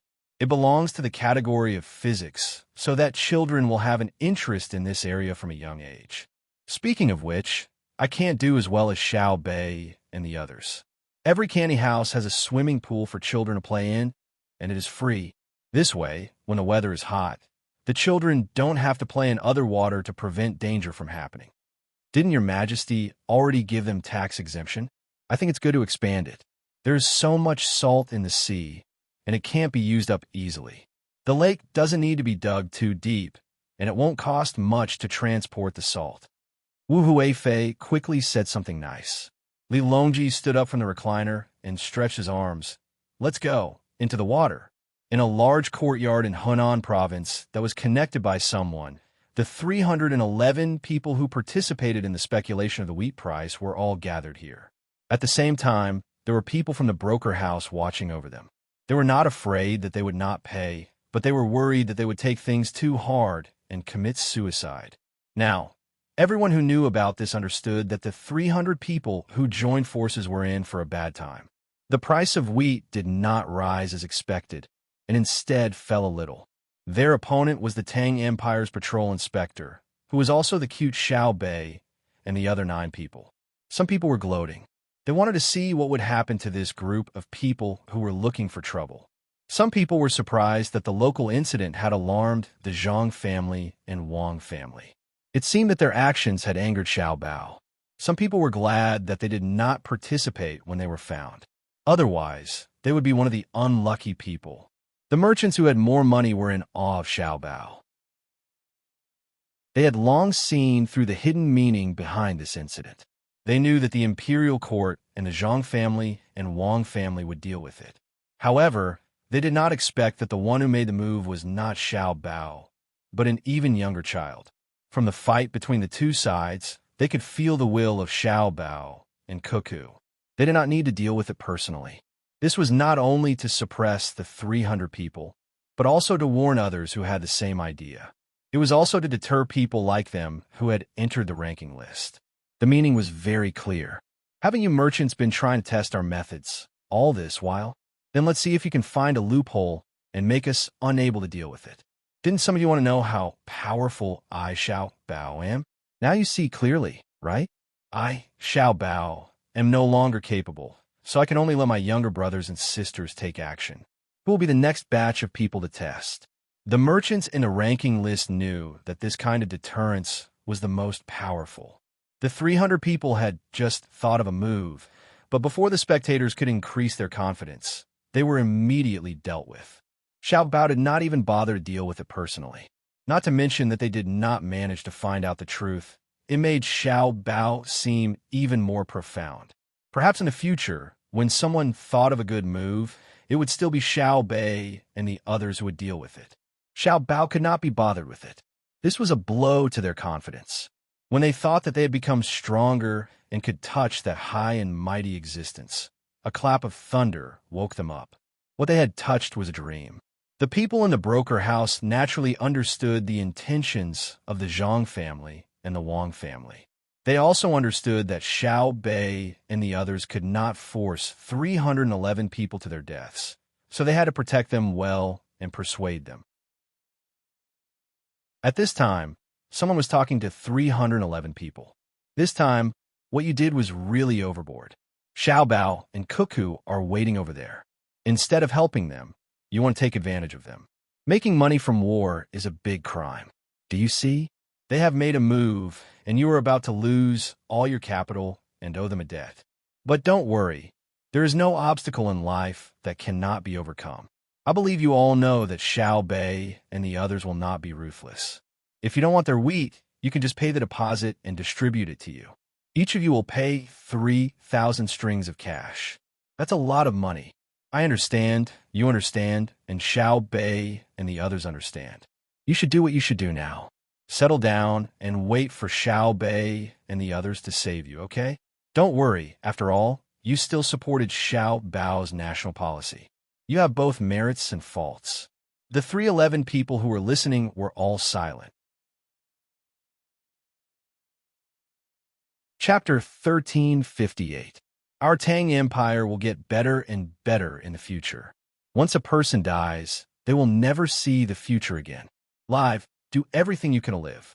I remember that in the past, our Tang Empire people's lives were much worse than now. Many people were thinking of ways to make their lives more comfortable. When they don't get what they want, Brother Sue, don't say anymore. We never planned to die. A man who looked to be in his 40s among the people being preached at interrupted the chattering of the talkers. The person who spoke choked. He looked carefully and found that some of the people who had committed did not show the slightest determination to die. He quickly said, "It's good that you don't die. It's good that you don't die. Brother Chung, since you can think things through, my mood is also better." Haha, yes, it's better. The other talkers also laughed. They finally breathed a sigh of relief. What they were most worried about was that the people in front of them could not think things through and would go to a dead end. If that happened, they would be the unlucky ones. Although the talkers were not responsible for guaranteeing the life and death of both sides, it still depended on who was involved. They knew very well that even if one of the 311 people died because of this, it would bring trouble to the 9 little guys of the Zhang family and the Wang family. This kind of trouble did not come from the imperial court and the people. The imperial court would not deal with Xiao Bei and the others, and the people would support them. The trouble came from Xiao Bei and the others. The 9 little guys would definitely regret and think that they forced them to die. After all, they were still young. The person who was called Brother Su was called Su Lin. His courtesy name was Mauro. It was a very nice name, but it was not given by his family. It was a name he changed last year. Now that there were more schools, there were also more scholars. He felt uncomfortable using the cheap name he had when he was young. So he found a school and asked the teacher to help him choose a name. He paid the teacher a set of pig intestines and then went to the yamen to change his name. He had a meal with a few people who had changed their names and bragged about each other's names. He was very proud of himself. Nowadays, he liked to let others call him by his name. Whether it was someone close to him or someone he met for the first time, he always told others what his name was and what his name was. At this moment, the opportunity came again. He said to Brother Chung in front of him, "Brother Chung, please call me Mauro. My name is Lin. When it comes to choosing characters, one means opposite and the other means compatible. As you can see, I am compatible." Old Brother Chung didn't have a new name. It was just casually given by his father. He was called Chung Ping Ping, probably because he wanted to be mediocre, peaceful, or plain. It definitely didn't mean that he wanted to rule the world. He did not have a Chinese character, so Su Lin could only call him by his surname. He wanted to get closer to him, as there would be another person who would call him Maorong in the future. Chung Ping Ping didn't think too much about it. What he was thinking about now was what he had to face. 3,000 strings of cash was indeed not a small amount to him. A portion of the money he used to rent the land was borrowed. He owed a debt and had to pay it back. He could think a way to get the money, but what would he do in the future? Without the capital, how long would it take to pay back all the money on the land that was still in his hands? Hearing what Su Lin said, he lowered his head and thought for a moment. He pursed his lips, and the wrinkles on his face squeezed together. He discussed with the other party. "Maorong, can you give me the money? What I mean is that we have to deal with you. Anyway, we have to pay you a part of the fees. We owe a lot of people, so it's better to only owe you one." When Su Lin, who was still smiling, heard this, his expression immediately changed. He revealed an embarrassed expression and said, "Brother Chung, you think too highly of me. I'm just an ordinary person in a broker house. How could I dare to guarantee you 100,000 strings of cash? Even if I sold myself, I still wouldn't be able to get it. But Brother Chung, don't worry. I said before that the people you owe money to are not others, but Xiao Bei and others. They won't kill you when you can't get the money." The other people in the broker house nodded. Did they have such a business? Yes, but it depended on who it was. Those who had ability and money could help raise money and get benefits from it. But for the group of people in front of them, they knew that the broker house would not provide any help to them. Now they were looking at them because of Xiao Bei and others. Chung Ping Ping sighed and said, "We don't owe Xiao Bei and others money. We tried our best to borrow 10% of the deposit from others. We can't pay it back. I'm afraid. What are you afraid of? Are you afraid that others will hurt you? How dare you? Who has such a great ability? You don't take the broker house seriously. Those who can't be provoked won't use force against you. Those who can only use force to ask for money from you are not very capable. Let's not talk about other things. Your safety is guaranteed. After we came out, the boss said that you must stay alive and wait for Xiao Bei and others to come back. We will also find your family for you. You can do things under our arrangement first, or stay here and direct how to sell your food. Su Lin patted his chest and guaranteed. He really had the confidence to do so. The main problem was that Xiao Bei and others did not intend to let 311 people die. In the whole Tang Empire, unless the emperor personally ordered to kill, no one could do it, not even the kings and princes. Su Lin even faintly believed that even if the emperor did it himself, if Xiao Bao and Cuckoo did not let him, the final result was that they could still save the people. The wrinkles on Cheng Pingping's face stretched a little, but there was still a kind of sadness that could not be removed. He looked at the people in the broker house and asked, "If my 3 grandsons and 2 granddaughters change schools, I'm afraid they won't be able to adapt. Brother Cheng, don't worry about the children. They just won't see you for a while. No, if you want to see them, you can come and see them. They can still go to school where they used to be. Let the school know, and they can live there. As for food and drink, you don't have to worry about it. The school will take care of it. This is not a remote place, but Hunan province. There are countless merchants. How can the children in the school lack things?" Su Lin continued to persuade. If it really did not work, the branch of the broker house would lose a little money. Every few days, they would send the children to reunite with their parents. "I'm afraid that they can't find us, so they will go to find, lend them 100 guts. Not to mention hurting the children, even if they go to the school to threaten them. Then you don't have to pay back the money, because the creditor is gone. Ha ha," Su Lin said and couldn't help but laugh. Many people also laughed. Indeed, as he said, if someone really did something dangerous to the children, the result would be only one word: death.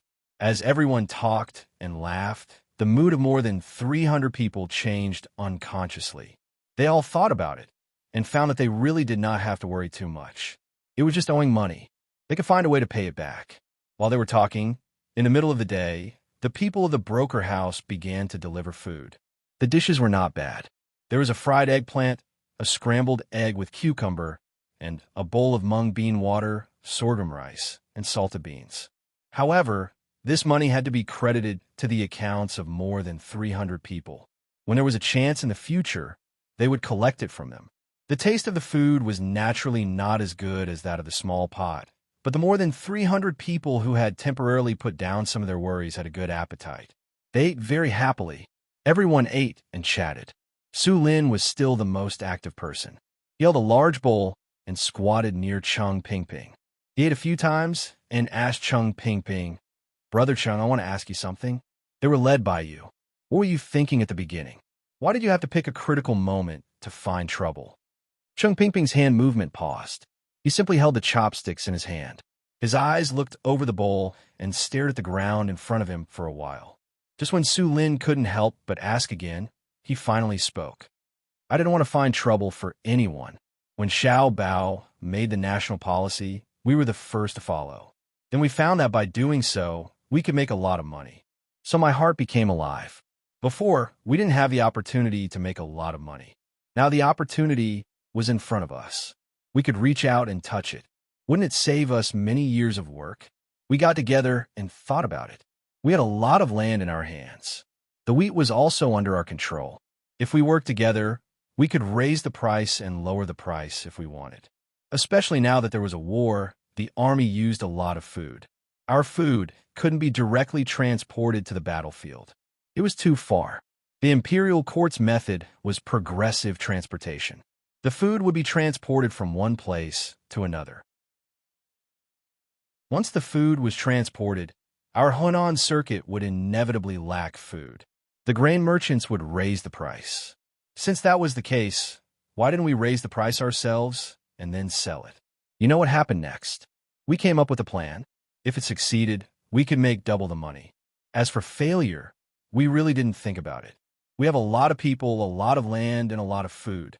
I thought about it. When doing business, whoever has the bigger capital can use this bigger capital to make more money. Those with small capital can't even qualify to join. As Chung Ping spoke, the people around him nodded. They had really thought about it this way. 311 people, if they worked together, would have a lot of power. If the 30,000 people who were renting land worked together, they could control the price of food in several dozen provinces. Big Brother Chung said exactly what we wanted to say. Moreover, we thought about it. First, we would work together and raise the price a bit, but not too much. We knew that Xiao Bao wouldn't allow the price of the necessities of the Great Tang to fluctuate too much. 1/10 isn't much, right? But if we did this, if we succeeded, we wouldn't be earning 1/10, but 2/10 or even 2/10. In truth, we were just testing Xiao Bao to see if he would say something and tell us to behave. If he said something, we would raise the price by 5 or 3%. But who knew? Another person chimed in and then stopped talking. He lowered his head and ate sullenly. Who would have thought that Xiao Bao would act so quickly and so decisively, right? You all thought that you had a lot of money, but in the end, Xiao Bei and the others used even more money to deal with you all. Sulin also felt that the other party was unlucky. Xiao Bao wasn't like this usually, but now he didn't give them any face. Yes, Chung Ping nodded. I figured it out. Xiao Bao doesn't care about raising the price of food a bit. He won't allow us to be distracted. Chapter 1359. After the incident, more than 300 people were very annoyed. Most of them regretted and blamed themselves. They had succeeded in testing Xiao Bao's bottom line. However, the result was different from what they had expected. They felt annoyed again and ate faster. They did not care about the taste at all. In a short time, they put down their bowls.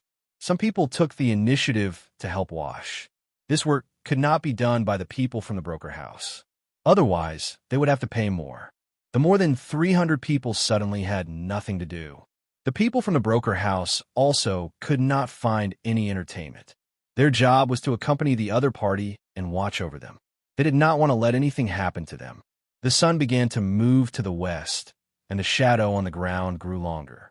The more than 300 people waiting for their families to arrive first met the person in charge of Chong Ping Song. This person had a cold face, as if everyone owed him money. He glanced at the more than 300 people with a silent gaze.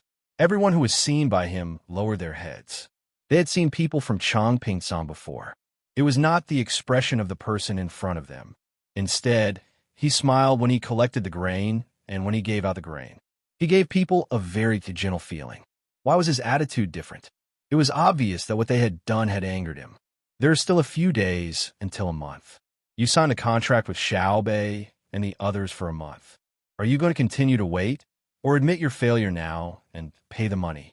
The person in charge of Chong Ping Song asked coldly. What's the difference?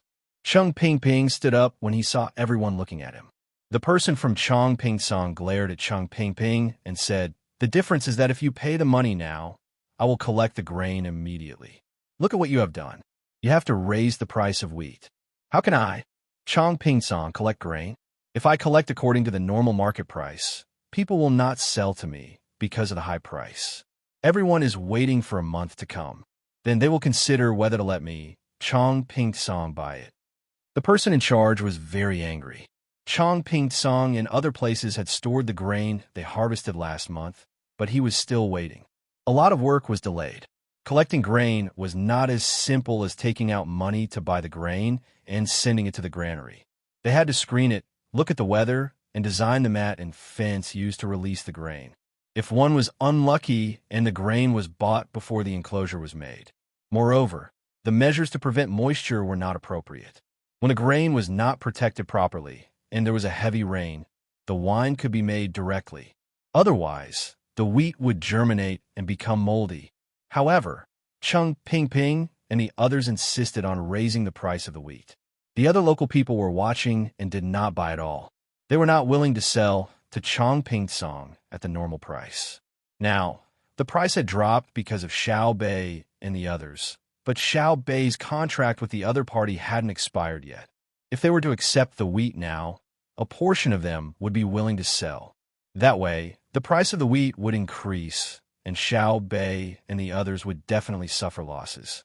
There was also a portion of them who clearly knew that more than 300 people would lose, but they still had a little bit of hope. What if, at the last moment of the last day, the price of the wheat suddenly increased? As the person in charge of Chongping Song, how could he not be angry? The role of Chongping Song was to coordinate the price of food. If the price was low, they would buy it. When the price was high, they would sell it. When the price was low, they would sell it. When the price was low, they would sell it. When the price was low, they would not let the people spend too much money to buy food. When the price of food was stable, Chongping Song did not need to care. Usually, he just needed to maintain it. However, he knew that how could it be stable now? This was the time of the autumn harvest. Moreover, this year, there were the most people renting and consolidating land in Hunan. Efficiency had increased, management had kept up, and grain production had also increased. Under such circumstances, how could the food not be cheap? Maybe, he admitted, it was this group of idiots who did it. In the first few days, the price of the local wheat had increased by 20%. How could Chongping Song, who was in charge of him, buy it? He didn't want to buy it, but the problem was that when the wind blew over, the price of the wheat would definitely plummet. He still had to buy it. Otherwise, the wheat would be bought by other grain merchants when the price was low. He would be incompetent and derelict in his duty. The provincial capital of Hunan province was so close to Luoyang and the capital. How could he make a mistake under the emperor's nose? The more he thought about it, the angrier this person in charge became. He even felt that he was about to fall ill from anger. Looking at the person in front of him, for a moment, he couldn't control his emotions. He took 2 steps forward, raised his arm, and slapped Cheng Pingping. I hate that I can't kill you. After the slap, the person in charge knew that it was wrong to hit people. He shook his hand, stared at Cheng Pingping, and threatened, "Hurry up and decide, or I'll send a report to the Zhang family and Wang family and tell them about the matter. I'll ask them if they still want to let me live. Today, you've tricked me once. When Xiao Bei and the others come back, I'll personally find them. Don't hit people. Let's talk nicely. Brother Tian, calm down. Don't worry, they can't make much waves. Our Tang Empire won't be in chaos. I think the imperial court knows that the matter didn't happen to you. Why bother? Are you free tonight? Brother, I'll find you to drink some wine." This year, the Bohai Commander-in-Chief's mansion shipped a lot of wild animals. I haven't eaten this year. The wine is not expensive. Their grain is used to make wine. I bought 2 jars of the year before last. Su Lin reacted and squeezed between the person in charge of Chongping Song and Cheng Pingping to persuade them. As a person of the broker house, he had a wide range of connections. He had eaten with the person in charge several times, Tian Monsong, so he could talk about small things. Tian Monsong took 2 steps back and continued to say angrily, they shouldn't have left the grain to make wine in Hebei province. They should have attacked Hunan province. How dare they raise the price to make money? The more they plant, the more they lose. Yes, Brother Tian is right. Xiao Bao and Cuckoo are really kind and soft-hearted. They can't bear to see others suffer. Whenever there is something, they have to suffer first. Let's have a drink tonight. I'll tell you, I also got a deer penis, which is very nutritious. Brother Tian, you're lucky.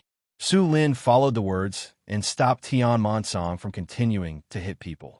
Tian Monsong took a few deep breaths, barely squeezed out a smile, and said to Su Lin, Brother Maorong's wine must be drunk.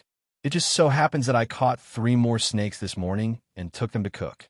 I didn't want to catch them, but the 3 snakes were unlucky and were caught by a rat trap. They were really unlucky. They just wanted to eat the mice. I don't know the details of Chongping Song, but I know that there are endless mice in there.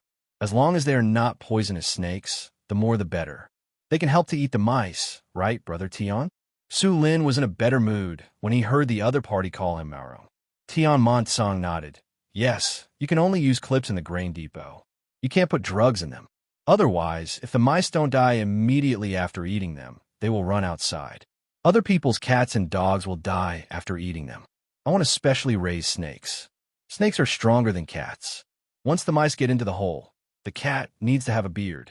If the beard is bigger than the hole, the cat can't get in. Snakes are different. Snakes are thin, and their bones are broken. Basically, all the mice can get in. Speaking of the grain depot, Tian Monsong was also happy. He was in charge of a place, and he was very professional. He knew what was going on inside. Su Lin immediately said, "Brother Tian, I think it's possible to raise snakes. They are not poisonous. Let them catch mice. When there are fewer mice, you can catch snakes. It's killing 2 birds with 1 stone. Brother Tian, you have to take this seriously. Maybe you will report your idea. Moreover, raising some snakes first will be useful. It will be a great merit for Brother Tian." Tian Monsong just said that he wanted to raise snakes. Now that he heard Su Lin's words, his eyes lit up. He felt that it could really be done. If this method was approved by the imperial court, he could be promoted. The most important thing was that he was not afraid of others stealing the credit. If there was credit, everyone would use it together. The snakes raised not only catch mice, but also reduce the loss of food in the grain depot. At the same time, they could eat themselves and sell them for money. Cheating in Chong Ping Song's account book and profiting from it would kill people. However, raising snakes would not kill people. It could also increase additional income. How big was Chong Ping Song? How many mice were there? How many snakes could be raised? How much could a snake be sold for? Tian Monsong pondered. His hands kept moving beside his legs. Obviously, he was in an excited situation. Seeing Tian Monsong's appearance, Su Lin knew that what he said was heard by the other party. Then he felt that it was very interesting. The two of them talked. How could they come up with a good idea? If the other party had credit, could he count himself in? He was not an official and did not need to be promoted. It was also good to give some rewards. After thinking for a while, Tian Monsong woke up and asked Chung Ping Ping, "Give me a straight answer. There are only a few days left. It's getting late. I will go back first. If I don't get your answer tomorrow, don't blame me for being angry. I would rather take the risk of being punished. When I collect food from you in the future, I will use my private power. Don't think that you are powerful. As long as you're on my side, as long as you're still farming, I will let you know who to listen to who." After giving the final ultimatum to 311 people, Tian Monsong looked at Su Lin with a smile. This time, the smile was more sincere. "Brother Maorong, don't wait for it to get dark today. Let's go early. If it doesn't work, I will talk to your boss and say that there is something important to discuss with the broker house. What do you think?" Su Lin nodded repeatedly. He understood what the other party meant. It seemed that the other party was really going to do what he just said, and he didn't forget to remind people that he would share the benefits with him. Su Lin then said to the other colleagues in the broker house, "Everyone, I will leave early this time and go over there with Manager Tian to discuss something. When the boss comes over, remember to help me tell him. There will be benefits for all of us." In a burst of laughter, Su Lin left with Tian Monsong. The two were going to buy a few vegetables and then cook a few more. They had a good drink tonight. The place had been chosen. It was Chong Ping Song's grain depot. When the two figures disappeared, the people of the broker house said to Chung Ping Ping and others, "Did you see? There are many smart people, but it depends on where they use their minds. You are harming others without benefiting yourself. In the end, no one will get a good result. Others are benefiting the country and the people. You should think about it carefully. Don't delay it for a month. That is a problem of attitude." While the others were thinking about what had just happened, Chung Ping Ping was different from the others.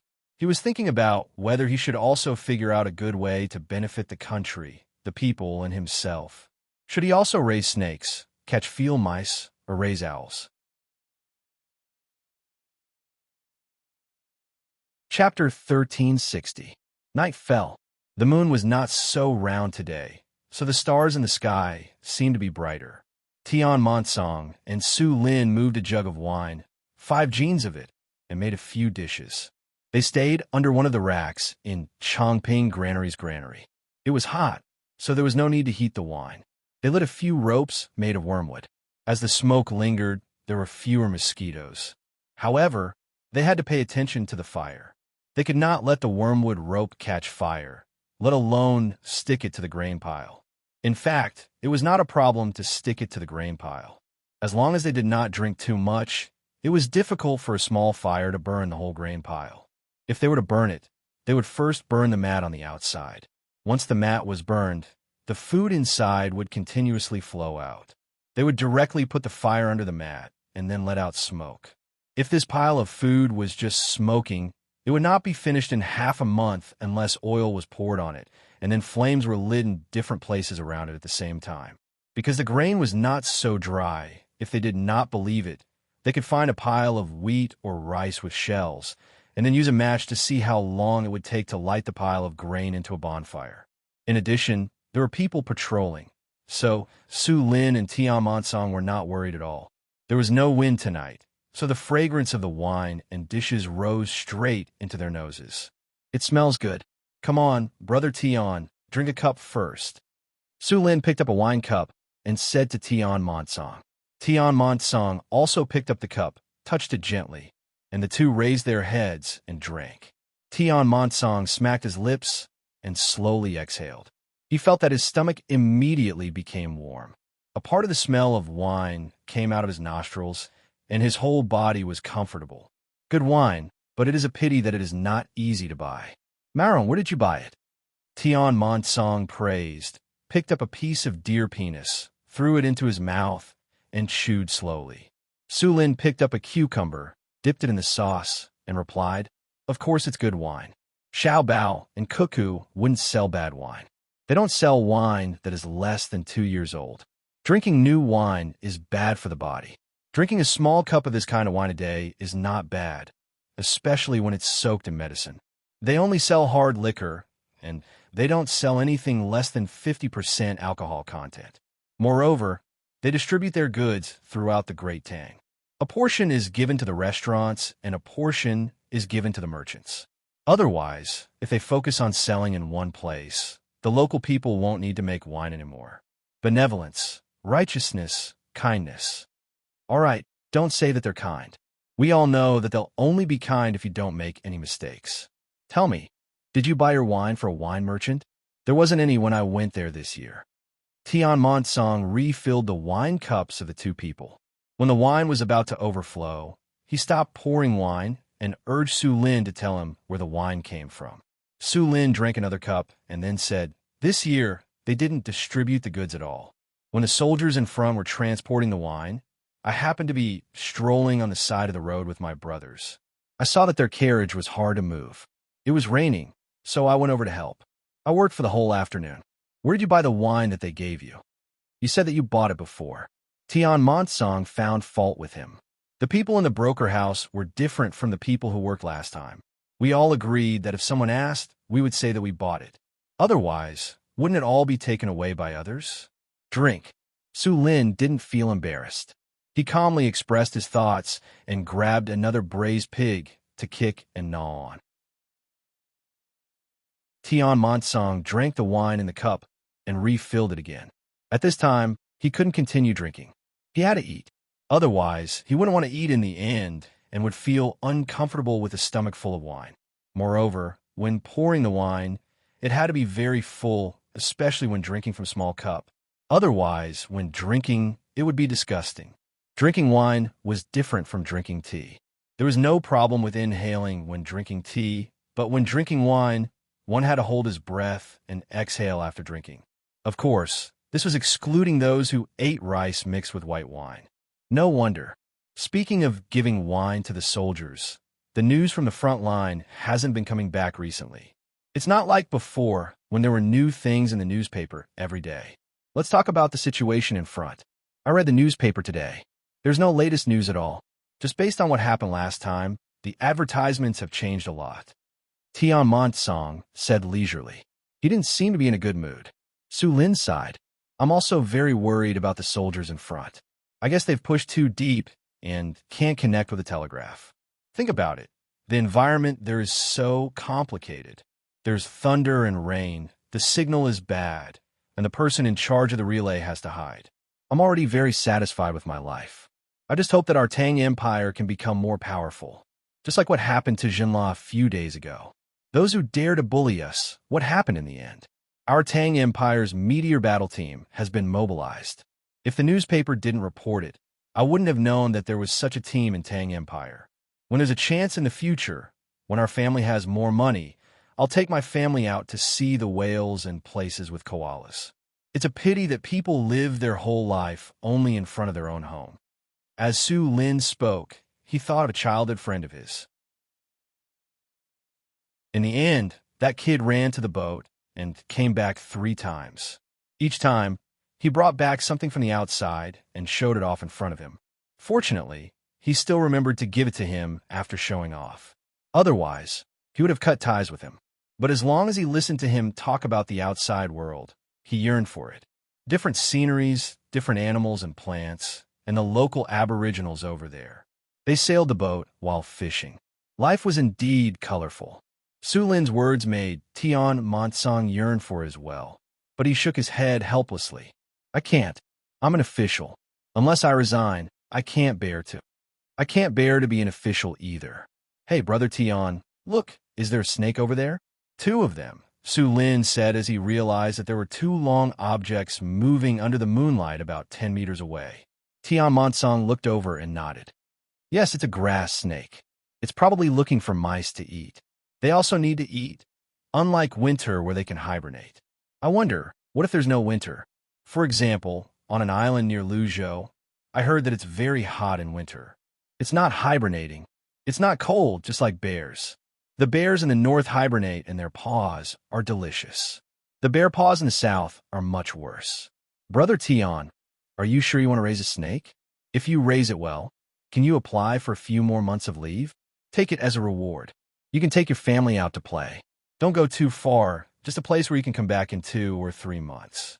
Speaking of the snake, Su Lin began to give Tian Montsong ideas. As long as he made contributions, the imperial court would definitely reward him. There would be official positions, money, and holidays. If the snake was raised well, other places could also learn from it. There were countless granaries in Great Tang. How much food could they save every year?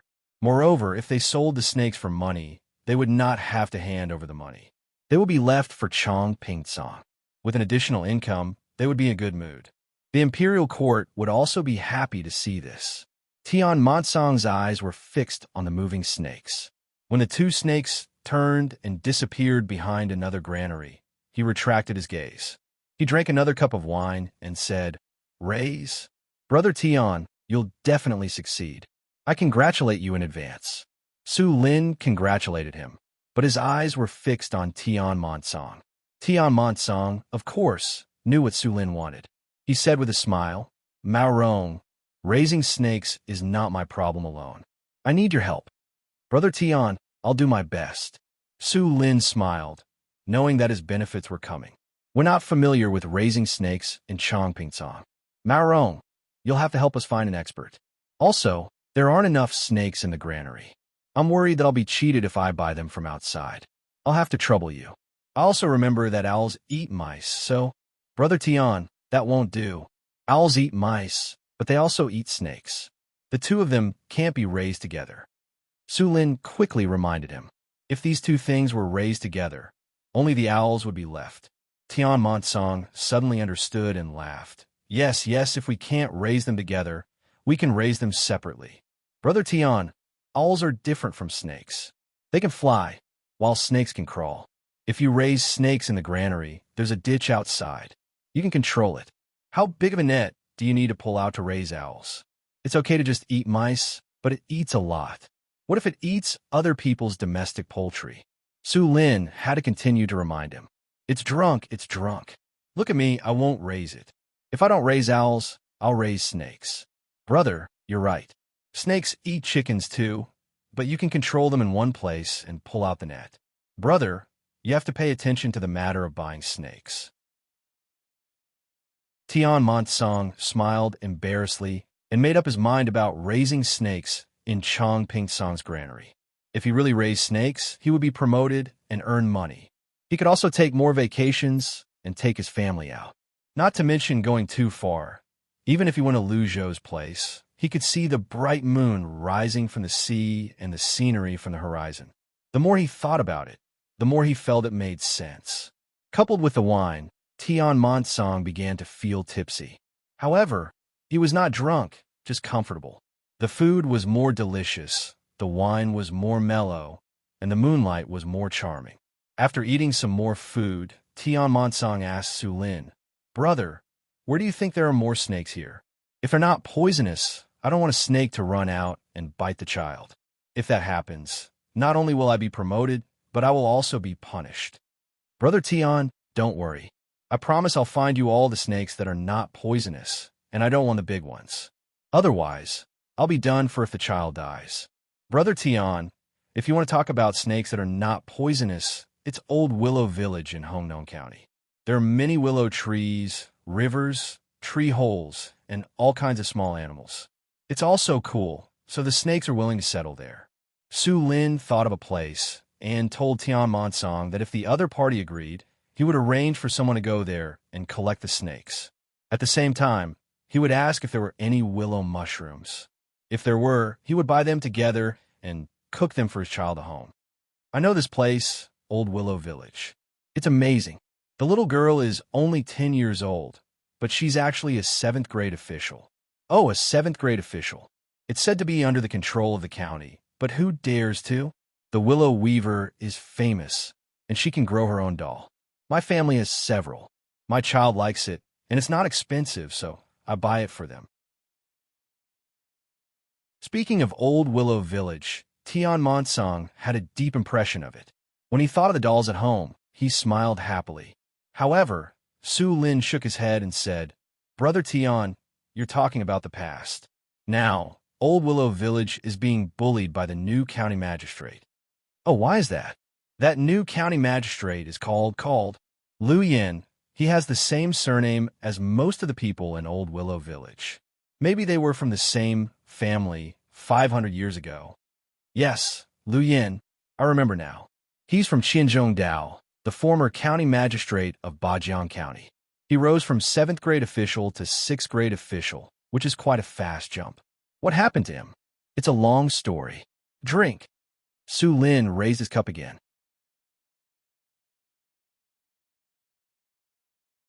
Chapter 1361.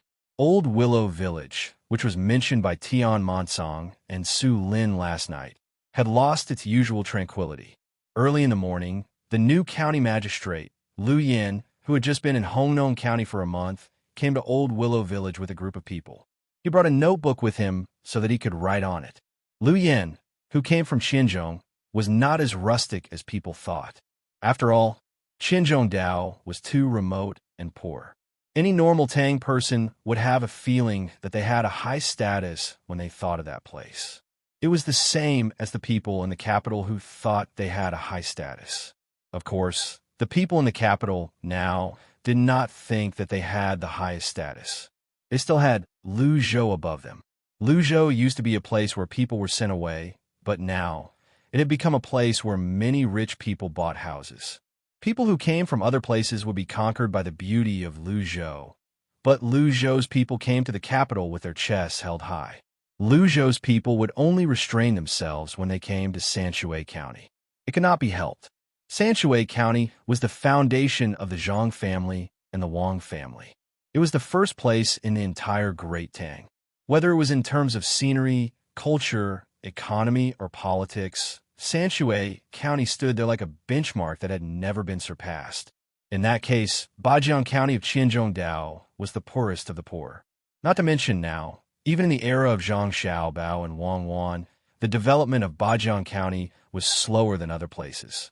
However, as the county magistrate from Bajiang County, Lu Yin did not look rustic at all. He looked like a person from the capital. He had fair skin, a straight nose, and a straight mouth. When he stood there, he exuded a different temperament, like a gentleman. It would be better if his eyes were not so aggressive. However, people who saw him always felt that his eyes were small and always looked at people intently. The gentlemanly aura of a gentleman was completely destroyed by his eyes. To sum it up in one word, he was domineering. "Here, Circle this place with lime first. We have to build an octagonal pavilion and paint it red. It will create a strong contrast with the surrounding scenery. However, a red pavilion with green willows will not make people feel awkward. Yes, it has to be like this. Lu Yin stood beside the river that passed by Old Willow Village and gave the order to the Yamen people who followed him. Immediately, someone came over with a bucket of lime and drew a circle on the ground according to Lu Yan's instructions. Lu Yin kept a straight face and continued to walk forward. As he walked, he came to the side of an iron chain bridge. Seeing the state of the iron chain bridge, Lu Yin frowned. Then, he ordered, "Tell them to lay down the boards on the bridge. I want to go over." This was not his first time here, but his fourth time here. He had just arrived in Hongnon County, but he had specially come to the same village 4 times. It was obvious how much he valued this place. However, today's fourth visit was different from the previous 3. Today, the plank on the iron chain bridge had been removed. Obviously, the other party knew that he was coming and did this on purpose. Lu Yin knew that the other party didn't want to let him go because they wanted to go against his plan. They didn't go well the first 3 times, and the 4th time, the other party didn't want to talk to him anymore. Lu Yin also knew the situation in Old Willow Village, but he didn't believe it. He believed that what he did was right. As long as it was right, even the emperor should support it, let alone Xiao Bei. The Zhang family and the Wang family didn't want to be reasonable. More importantly, once he succeeded, his status would be improved. Others didn't dare to provoke the Zhang family and the Wang family, but he dared. What he did was right. He wanted to tell the world that the Tang Empire didn't only have Xiao Bao and Cuckoo, but also he, Lu Yin. Originally, he wanted to ask Lu Feifei to go to the Yamen directly. However, when he thought about it, Lu Feifei had already been ordered to go to the capital to bring some willow trees and mushrooms in Old Willow Village. At the same time, she had to bring back new seeds from the Sanongxi Temple. Lu Yin didn't want to wait for a little girl, so he came here first. He thought that he could deal with the problem directly as the county magistrate. However, the customs in Old Willow Village were different. He had talked with the old guy 3 times, but the old guy didn't agree. Wasn't it just a few changes? Didn't he hear that poverty leads to change, change leads to success, and success leads to longevity? The old ways of Old Willow Village had already hindered the development of the Tang Empire. Now that he was in Hongnon County, he had to speed up the development. Before he took office, he had a thorough understanding of Hongnon County. He also made a perfect development plan according to the local situation. During the flood, the people of Old Willow Village did contribute. However, one couldn't just lie on the Book of Merit and not strive to improve. His arrival would change everything. In the future, Hongnon County would be a better place than Luzhou. It was closer to the capital and developed quickly. It would become another benchmark of Tang Empire. The more Lu Yin thought about it, the more confident he became. At the same time, he hated all those who hindered his development, and the old village chief of Old Willow Village was one of them. Lu Yin, who was immersed in his dream, felt something was wrong. Didn't he order his subordinates to call for help just now? Why didn't he hear anything? Call for help. Lu Yin ordered again. "My lord, it's not that I don't want to, but it's useless. They won't lay down the bridge for us." When Xiao Bei and the others came, the planks on the bridge were all pulled down. The villagers knew they were coming, but they didn't lay down the planks. In the end, the protection team had to lay down the planks with their bodies. A Yamen runner explained to Lu Yin. What he meant was that Xiao Bei and the others were already famous at that time, but they still couldn't do anything. Now that Lu Yin was here, who were you? Who would care about them? You came 3 times and failed to negotiate. They wouldn't come out no matter how hard you shouted. Xiao Bei, you're not 10 years old yet, right? I'm 36 years old this year. He shout. Lu Yin sneered and ordered again. Everyone who came with him retreated at the same time. When they were 10 steps away from him, they stood still and lowered their heads to look at their shoes. Lu Yin suddenly felt that his breathing was smooth and his surroundings were empty. He turned his head with a sullen face and squeezed out a few words from between his teeth. "How dare you disobey my orders? At most, I won't be a Yamen runner anymore. I'll go somewhere else." I'll move. What can you do? If I offend you, you can bear with it. A county magistrate, a 6th rank official, and a lower 6th rank official. I'm 36 years old. I don't dare to offend Xiao Bei and the others. You're too powerful. What you said today, I'll tell others. I'm not 10 years old yet, but I'm a 3rd rank official. Sir, you're busy. I'll go back to pack my things and move. The Yamen runner sneered after he finished speaking. He swaggered back and stopped serving Lu Yin. Lu Yin immediately realized that his qi and blood were floating up and his face was hot. He was probably tired from rushing over so early in the morning. Stop! How dare you disobey my orders? Lu Yin shouted at the Yamen runner who was leaving. What orders? My cheap life. If I don't work as a Yamen runner, whose orders are mine? I'll go to the restaurant between the clouds and the water in the county town later and ask the waiter to find me a new job. If I hadn't been a Yamen runner in the county before, I wouldn't have taken this job when I saw Xiao Bei and Xiao Bao coming over and saying that the Hong Nong society would develop better.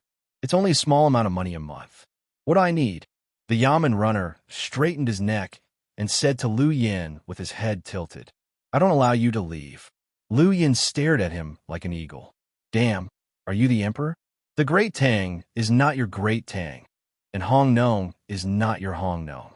Don't be afraid. I promise that I will spread what you said today. Just be a good county magistrate and see if you can get out of here. Xiao Bei. Humph. You're not 10 years old yet, right? I'm 36 years old this year. Ha! The Yamen runner didn't even look back this time. He directly went to find a horse. He didn't want to walk back. Lu Yin suddenly felt cold all over. He really looked down on Xiao Bei and the others, but others didn't think the same as him. If the news really spread, he wouldn't be able to leave the county town, and he wouldn't even be able to go back. So he quickly stopped him.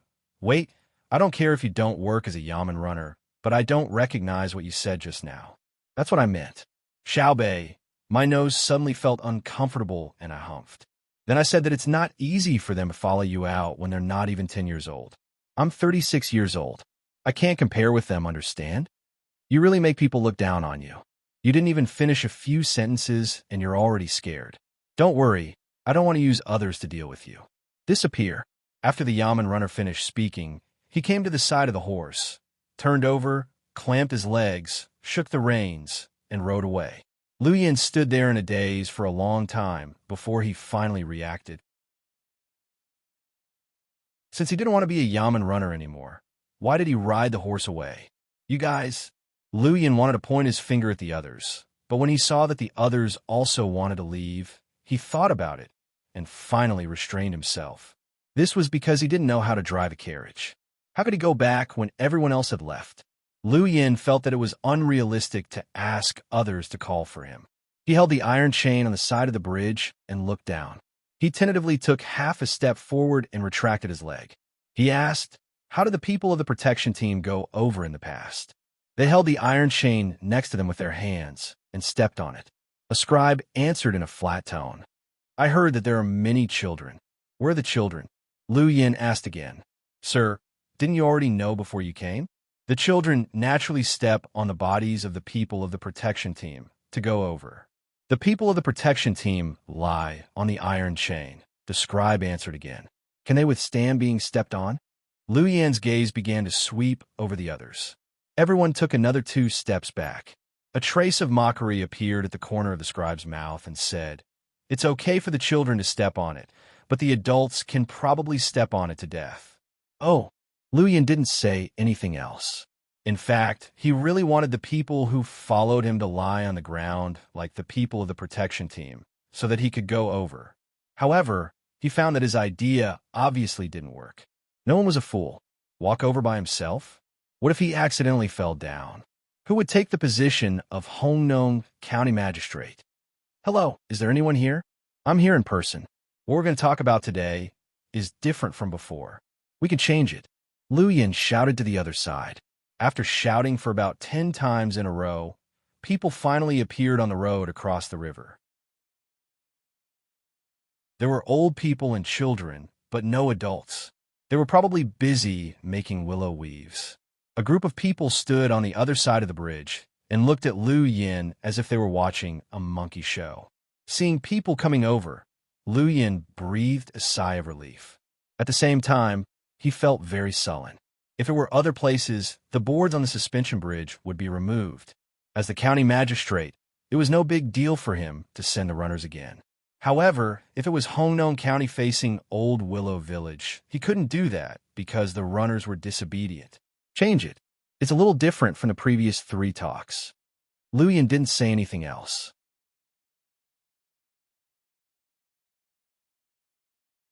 Chapter 1362. The people in front of him were still watching, but no one made a sound. It can really be changed. This county is doing this for the development of Hongnong and for the prosperity of Old Willow Village. This county is wholeheartedly for the public, but you don't understand. It's disappointing. Lu Yin puffed out his chest and said sincerely, "It would be better if his eyes weren't so aggressive. Have you seen it? Go back and eat your snacks. The snacks are almost ready. Today's snacks are cream pastries and potato strips with tomato sauce." The old villager said to the children who came to watch. He was accompanying the children in class and came out after class. He was just in time for the children to eat their snacks. When the children heard that there were potato strips and tomato sauce, they cheered and ran back. After all, Lu Yin couldn't compare to food. Lu Yin listened and couldn't help but swallow his saliva. He came out in the morning and didn't eat. He thought he could eat here, but the people removed the plank, and the market that was supposed to be there also didn't appear. This proved that there was a problem.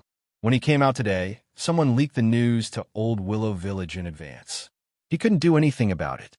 Even if he suggested it on the spot this morning, his car was not as fast as other people's horse.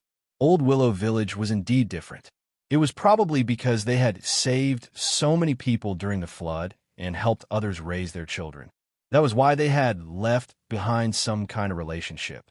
Because of this, he should start with Old Willow Village and solve the problem there. Would other problems in the county still be considered a problem?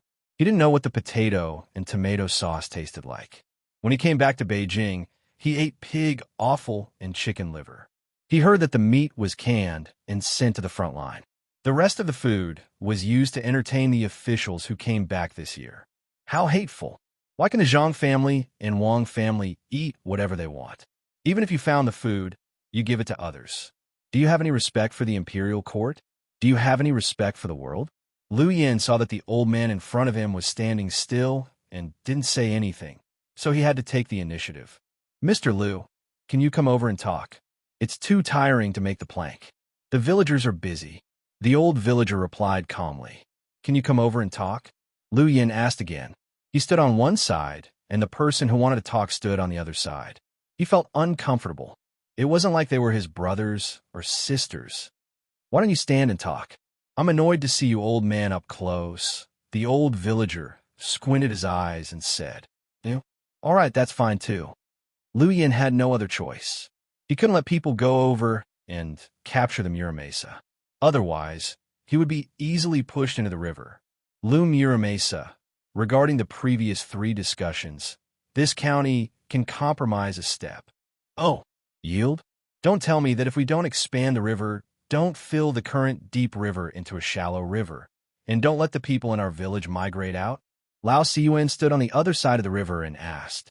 His voice was full of energy, and it reverberated throughout the river. It was much louder than Lu Yan's. Lu Yan took 2 steps back. He was afraid of being shaken off.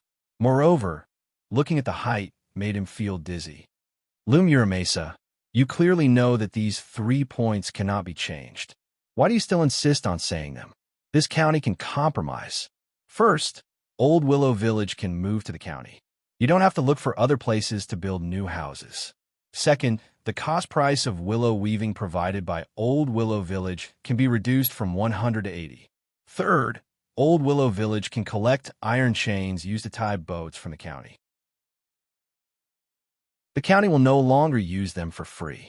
Instead, it will give a certain amount of compensation. Fourth, Xiaoyan, you can stop dreaming. This old man knows what you are thinking.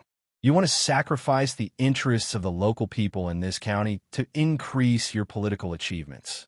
I don't know what you did when you were the county magistrate in Bajiang, but I want to tell you that if you also sacrifice the interests of the local people to obtain political achievements, you should be careful.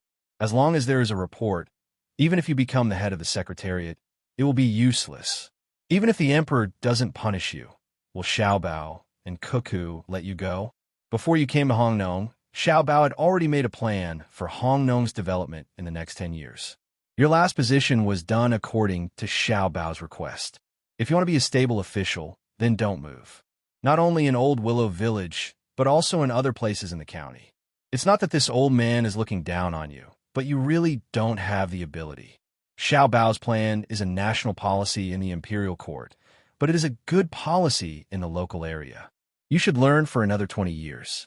When you look back, you will see how ignorant you are today. Without waiting for Lu Yan to finish speaking, the old villager interrupted Lu Yan's next words and gave him a fierce lecture. Lu Yan gasped for breath. He was angered by Lu Muramesa's words. How is this a kind warning? It was clearly belittling him as if he was worthless. After a while, Lu Yan took a deep breath and said to Lu Muramesa with a smile, Lu Muramesa is so powerful.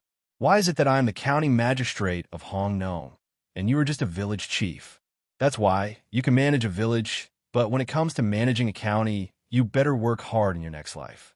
This county magistrate is not here to argue with you. This county magistrate is asking you, do you understand economics? Do you understand tourism? Yes. Tourism is a part of the economy, so you can't compare them. Xiaoyan, you want to talk about finance, right? You want to talk about pure capital operation, right? This old man is a scholar, so I can read. Every time Xiaobao and Cuckoo have new books that don't involve the secrets of Tang Dynasty, they will send a set to this old man. It's not that this old man has great ability, but Xiaobao and Cuckoo know how to respect the old and love the young. They also know that this old man is willing to give up his life for Old Willow Village. Go back and take a good look at the plan that Xiaobao left behind. I also have a copy, so I have to take a look at it when I have time. Xiaobao's plan is called a plan. Yours is a one-off deal, and you don't even have a supplementary plan. Rice is eaten one bite at a time, and the road is taken one step at a time. Without so much foreign capital, and without an absolutely advantageous investment environment in the local area, how can you develop quickly? It's the plan that you said, sacrificing the interests of the local people to attract foreign tourists, and the county will get tax. You can just ask us for money directly. Why do you have to go in a big circle? You're tired, and we're tired. The foundation of development is to let the local people become rich, not to let your county yamen increase the tax. Xiaoyan, do you understand? Go back, The old villager lectured Lu Yan again, but this time he didn't use casual words. Instead, he started to talk about the economy, development, and planning with Lu Yan. Our Hongnong County has developed to a certain extent, and what we need is to settle down and accumulate, not to overturn everything that has been done before. It's easy for officials to overturn a decision, but the people will suffer because of it. Xiaobao said that local officials can't just make decisions, make promises, and leave. Moreover, they can't leave now. If there's a problem, they will be punished even if they leave. Sir, let's go back. There's still many things to deal with in the county. I haven't even finished the framework for this year's autumn harvest. The deputy county magistrate who came with the old villager said, You short-sighted people, you won't understand even if I explain it to you. Let me emphasize again, I'm not discussing with you. I'm telling you what to do, and you just have to do it. If something happens, it's my fault. Lu Yan decided not to talk to others anymore. He had to use tough means to achieve his goal. He had to overturn everything before, otherwise, how could he show his ability? If he didn't show his ability, how could he continue to be promoted? It's not like he didn't know about the economy. It's just a small matter. It's your fault. Excuse me, who are you? A clear voice of a girl sounded behind the people from the yamen. The old villager on the other side of the river showed a kind smile. Lu Yan and the others turned around and saw a girl wearing a 7th-rank official uniform. There were 4 people standing beside her, and there was a word band embroidered on their chests. When the deputy county magistrate saw the girl behind him, he immediately said with a smile, Yo, our most beautiful, smartest, and most capable Fei Fei is back. Well, I went to the capital and took a long time. Uncle Son, why are you here? Huh? Where's the market? Lu Feifei said to the deputy county magistrate happily. Suddenly, she found a problem. The market that was always there was gone. The deputy county magistrate smiled. Feifei, the county magistrate is here. Maybe everyone is afraid of meeting a senior official, so they didn't come out. He also started to target Lu Yin. Anyway, it was already like this. If he let Lu Yin continue, he would not be able to recover. Lu Yin, right? Lu Feifei knew the new county magistrate's name. Yes, it's me. Lu Yin was full of anger now. When he looked at the little girl, his eyes became sharper.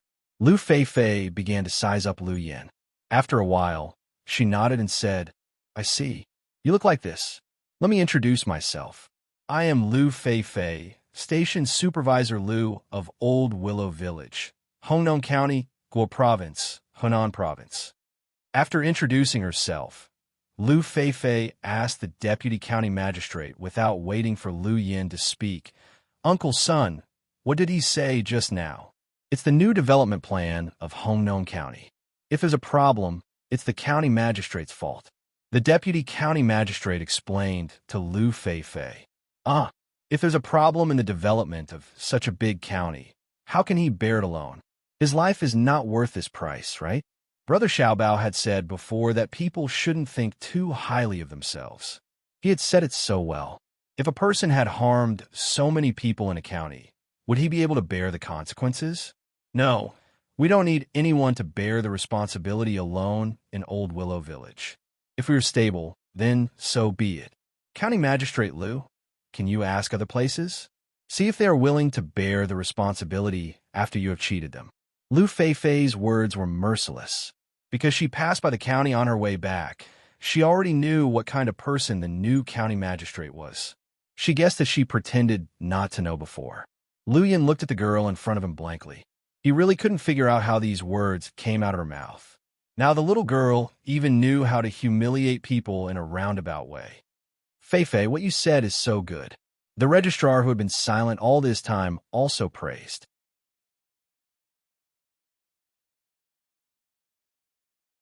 Chapter 1363. When the registrar said this, Lu Yan's heart sank to the bottom.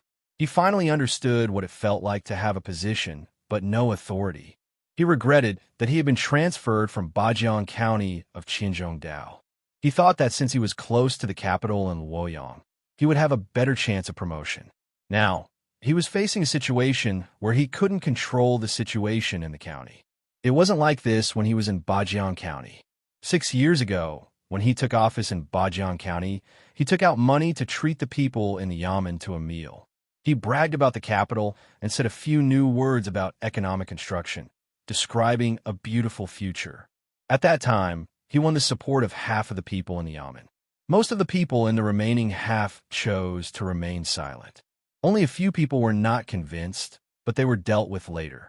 Then, he used his social connections to borrow 10,000 strings of coins. After spending 6,000 strings of coins, he won the support of most of the people in the area. The place was poor and the people were stupid. He used the money to build fishing boats, buy animals, and get more tools. Then he began to develop. Relying on the geographical environment, he opened up more farmland, caught more fish, collected medicinal herbs, bought mercury from other places, and so on. 6 years later, when he left office, the living conditions of the locals were more than 10 times better than 6 years ago. More importantly, he had more money in his hands. His method was the same as that of the Zhang family and Wang family. The place was poor and couldn't take out money, so he used his own money to help build his own business. Although this was against the law, the local area developed and the people's lives were better. Moreover, there were many things that didn't conform to the law. From top to bottom, this had never changed since ancient times. He also had the support of the people there. When he left, there were also people sending him off. He also had the all-people's umbrella, although the entire county's population was less than 10,000. What did this mean? It meant that he wasn't worse than the Zhang family and Wang family, and not weaker than Zhang Xiaobao and Wang Wan. How could he not do what they did? Coming to Hongnon, he should have been able to show his strength.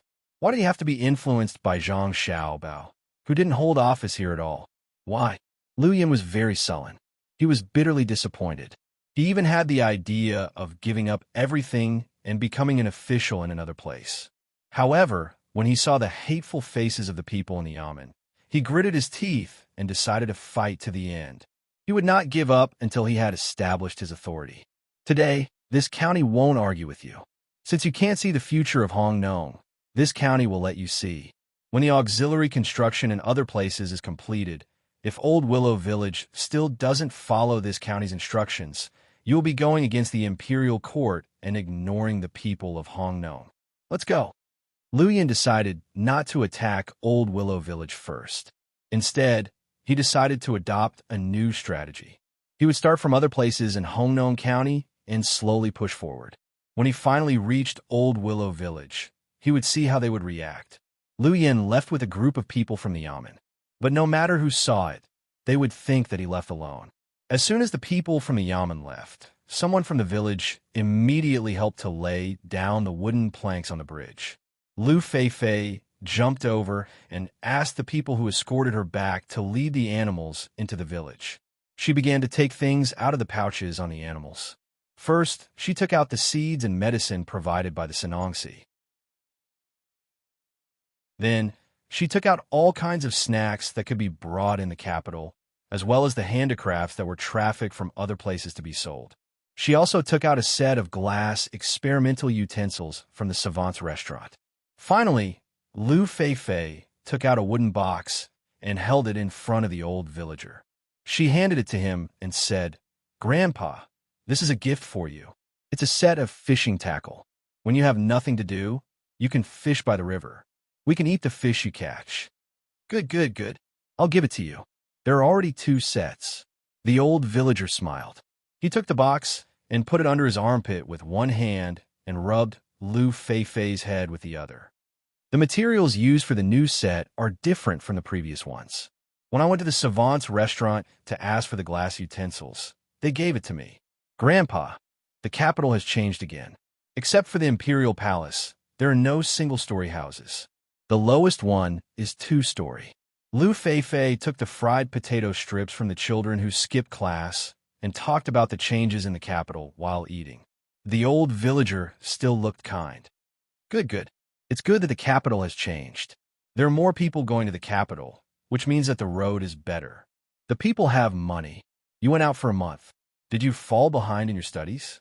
I didn't read much in the textbooks, but I learned a lot. I also went to a place in the Ministry of Works. Grandpa, the people there are so good. They are so knowledgeable. I couldn't understand what they said. When I read, I learned from the apprentices. Those apprentices who are not allowed to work are better than me. Lu Feifei said seriously. Her eyes were full of yearning and admiration. The old villager smiled. Ha ha, the people in the Ministry of Works are not knowledgeable. How can they make things? It's just that they can't learn how to write there. Yes, they don't talk about those who know things. They talk about formulas, density, and so on. They are good at math. But I stayed in the savant's restaurant and learned a lot of knowledge about writing from their staff. They taught me like telling stories. I feel that they are better than the people in the Imperial College and the Imperial College. Lu Feifei said excitedly. She even gave an example. The other children around listened attentively. They were envious that Lu Feifei could go to the capital to play. Oh, you also went to the Imperial College and the Imperial College. The old villager said with emotion. He was also a scholar, so he naturally liked those circles. Lu Feifei nodded fiercely. Yes, when I was in the capital, I went to most places. I could go to places that ordinary people couldn't go. Although I'm only a 7th-rank official, it was Xiao Bei who asked me to come here. The Zhang family and the Long family are very good to me. By the way, Grandpa, let me tell you something. Lu Feifei suddenly lowered her voice. She looked around as if she was afraid that outsiders would hear her. She said, I even had a meal with the current emperor. What? The old villager was shocked. The eyes of the people around him instantly widened. They knew that it was not difficult to see the emperor. They just had to go to the capital with their household registration. After verification, they could wait outside the palace.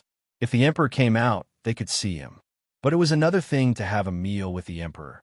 If Xiao Bei and the others were there, they could lead the way. But Fei Fei went there by herself. How did she have a meal with the emperor? Lu Fei didn't wait for others to ask and said, I didn't go to see the emperor. On the 9th day in the capital, when I got up in the morning, Uncle Zhang said that he was not too busy today. He took me to see the fun and broaden my knowledge. After all, as an official, I can't control people. If there is a problem in the future, I don't know how to solve it. I followed them. Uncle Zhang won't hurt me. At noon, Uncle Zhang took me to the canteen of the Ministry of Works. There were a lot of dishes. I could choose whatever I wanted to eat. As soon as I put the food on the plate, the emperor came. When I was about to kneel, I found that the others didn't kneel. They just respectfully greeted His Majesty. His Majesty also took a plate to eat and then sat at a table. During the meal, he asked me about Hongnong County and our village. The emperor was very good. He was not scary at all. He was even better than in the movies. When he talked to me and listened to me, he always smiled. The emperor also ate all the food he got. He also told me to cherish the food. In the end, I ate too much. Because it was my first time there, I got too much food. Next time I go there, I will eat a little more and get a little more. Sister Fei, is the food in the Ministry of Works delicious? A little boy ate the potato and asked while sucking his fingers. Lu Fei thought about it and shook her head. It's not as good as the food in the savant's restaurant. Why doesn't the emperor eat in the savant's restaurant? The little boy didn't understand. The old villager laughed and patted the little boy's head. He said, because the emperor wants to see your sister Fei. Your sister Fei's official position was given by the emperor himself. Oh, Sister Fei is the best. The new county magistrate is a bad guy. The little boy understood. Speaking of the county magistrate, Lu Fei pouted and said, when His Majesty asked me about the development of the village, I told him how to develop the village. His Majesty even praised me. Now it's the new Lu Yin who wants to change the village. Is he as capable as Brother Xiao Bao? I really don't understand what he is thinking. Immediately, the surrounding people began to attack Lu Yin with words. The old villager listened to the people in the village and didn't say anything. He could understand Lu Yin's idea. Xiao Sui and Chao Sui made it sound easy, but not everyone could do it. Who didn't want to show off their ability to others? Who didn't want to be the leader when doing things? Most of the time, even if it was wrong, one had to stick to it. Not to mention adults, when children played together, there were also children's leaders, and there were also conflicts. The old villager could understand, but he didn't intend to support Lu Yin. If he let Lu Yin show his ability, it would cause great harm to Hongnong County and Old Willow Village. But how to stop it was a problem. Lu Yin didn't look like a person who would compromise easily. He had his own persistence. If a telegram was sent to the capital, the problem would be solved. It was believed that whether it was the Zhang family or the Wang family or other officials in the capital, they all knew about Hongnong's situation. But if they really did that, who would be willing to take care of Hongnong in the future? Officials were not only responsible for governing, but also for pacifying the people, maintaining the local law and order, as well as guiding and educating the people. If Hongnong became a place that all officials were afraid of, in the future, if officials came and stayed in the yamen all day, without doing anything, Hongnong would be in chaos. Alas, this won't do. Fight, he still has to fight. That's fine. I have nothing to do, so I'll play with him. A 36-year-old county magistrate. Let me teach him more about life. The old villager muttered and decided not to ask for help from the higher-ups. Lu Fei in front of him heard it clearly. She asked worriedly, Grandpa, can we beat him? He is the county magistrate. Our Fei is also an official, just a level 1 official. But our Fei is not under his control, right? The old villager looked at his granddaughter and said with a smile. Lu Fei's eyes brightened and said, Yes, I always forget that I am also an official. No one in the local area can control me. I am directly in charge of the agriculture temple. Then Lu Fei began to worry again. Grandpa, I am an official, but my power is small. I can't control Hongnong County. The power is not about the size, but how to use it. Station Supervisor Lu, I will use your identity to fight with Lu Yin. The old villager thought of a solution.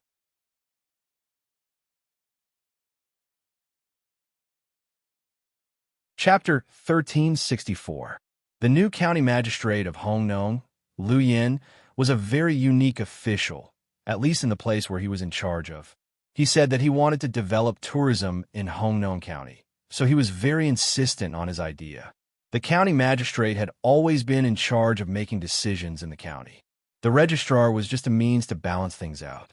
Unless the county magistrate made a mistake, the registrar would report it to the higher-ups. The deputy county magistrate was an official who helped the county magistrate, so he had no good ideas. The only thing he could do was to be passive. Lu Yin wanted to widen the river that flowed past Old Willow Village and make the water shallower. The so-called shallower water meant that the water surface was close to the shore. After widening the river, the water surface would drop a little, but it would not reach half of the theoretical level. He thought that in this way, people who were close to the shore would feel less scared, and there would be more people walking on the shore. In fact, he had a problem with height sickness. Since Old Willow Village did not agree, Lu Yin started from the upper reaches of the river. The river that flowed past Old Willow Village was not a big river, but a tributary of the Honglu River. If it was not on a military map, it would not be marked on it. The source of the river was the mountain. The water flowed out of the mountain. Some of it was accumulated by the rain, and some of it was from the underground river. The river was very deep. Every year during the rainy season, the water in the river would rise. In the past, it always washed the surrounding areas, but it did not cause much damage. In the past, there was no village in the mountain. There were only a dozen families at the foot of the mountain. They collected firewood from the mountain or hunted some wild animals and cultivated a few acres of land for themselves. Now, there was no one living at the foot of the mountain. They changed to a plain and raised poultry there. Therefore, they did not care about the area at the foot of the mountain. It was the right place to start. Lu Yin came out early in the morning with a group of people to inspect the area. He looked at the streams flowing out of the mountains, converging together, and finally flowing into the river. He had the demeanor of a judge. He said to the people in the yamen, "Look at this. Here, this is the place. This is a treasure given to us by the heavens. It should be developed and used. It shouldn't be wasted here. Otherwise, it would be irresponsible to the people of Hongnong and disrespectful to the heavens. Look how green the mountains are in front of us. Look how clear the water is in front of us. The mountains are clear and the water is clear. Isn't this a good place to travel? Some people travel to Luoyang, while others travel to Buxin County. We have also developed this place and connected it to form a line, so the tourism resources are shared. Without such a development plan, without the idea of borrowing power, you're not qualified to be a planner. You are the sinner of Hongnong County. I don't want to be a sinner, and I hope you don't want to be a sinner either." After Lu Yin finished speaking, the surroundings were silent. No one applauded, and no one cheered. It was as if everyone had put all of their hearts and minds into the beautiful scenery in front of them. "Little Tom, what do you think?" Lu Yin asked the newly promoted leader of the Yamen runners when he saw the awkward silence. The original leader had already resigned. He went to the office between the clouds and the water to discuss with the waiter at the door. The waiter helped him find a new job. He organized a group of people to train at the pier of Honglu River and then patrolled the entire river. On one hand, he could prevent possible cases, and on the other hand, he could rescue people who accidentally fell into the water. The salary was very high, 3 times that of a yamen runner. Moreover, there was no shortage of benefits. When patrolling, there would naturally be merchant ships or fishing boats that would deliver daily necessities to them. They didn't need to take the initiative to ask for them, and the others didn't give them much. A fisherman would usually give them 2 fish or half a basket of shrimp. They would patrol a few times a day, and at night, they would have more food to eat at home. They didn't need to spend their usual living expenses. It wasn't that they were unreasonable and would make trouble for the others. It was that the others felt that they were working hard and were willing to pay. If something happened, they would need their help. Lu Yin was very angry about this. He thought that the waiter from between the clouds and the water was deliberately going against him. However, he didn't dare to question him. First, the waiter had a powerful background. Second, he didn't think that he could argue with the waiter from between the clouds and the water. The waiter from between the clouds and the water was very talented and had to learn every day. If he really wanted to argue with them, it would be too embarrassing if he was stopped by them. Since he couldn't teach them a lesson, he could only suppress his anger and observe the Yamen runners. He promoted Tang Hui, who was usually the most honest one, to the position of leader. He felt that Tang Hui would definitely lead a group of Yamen runners to follow him. So now that he needed someone to help him, he asked Tang Hui. Tang Hui had only been the leader for a day, but he didn't feel happy at all. Instead, he felt that he was being roasted on the fire by the county magistrate. If the Yamen wasn't close to his home, he would also want to work in another place. At this time, when he heard the county magistrate ask about him, he forced a smile and said, "Sir, I really don't know much about economics. I heard that there's a coal mine under this mountain. Why don't we develop it now? It's because Hongnong doesn't need this resource now. We'll wait for future development needs. For example, some industries that need heat supply. At that time, we could just mine this place.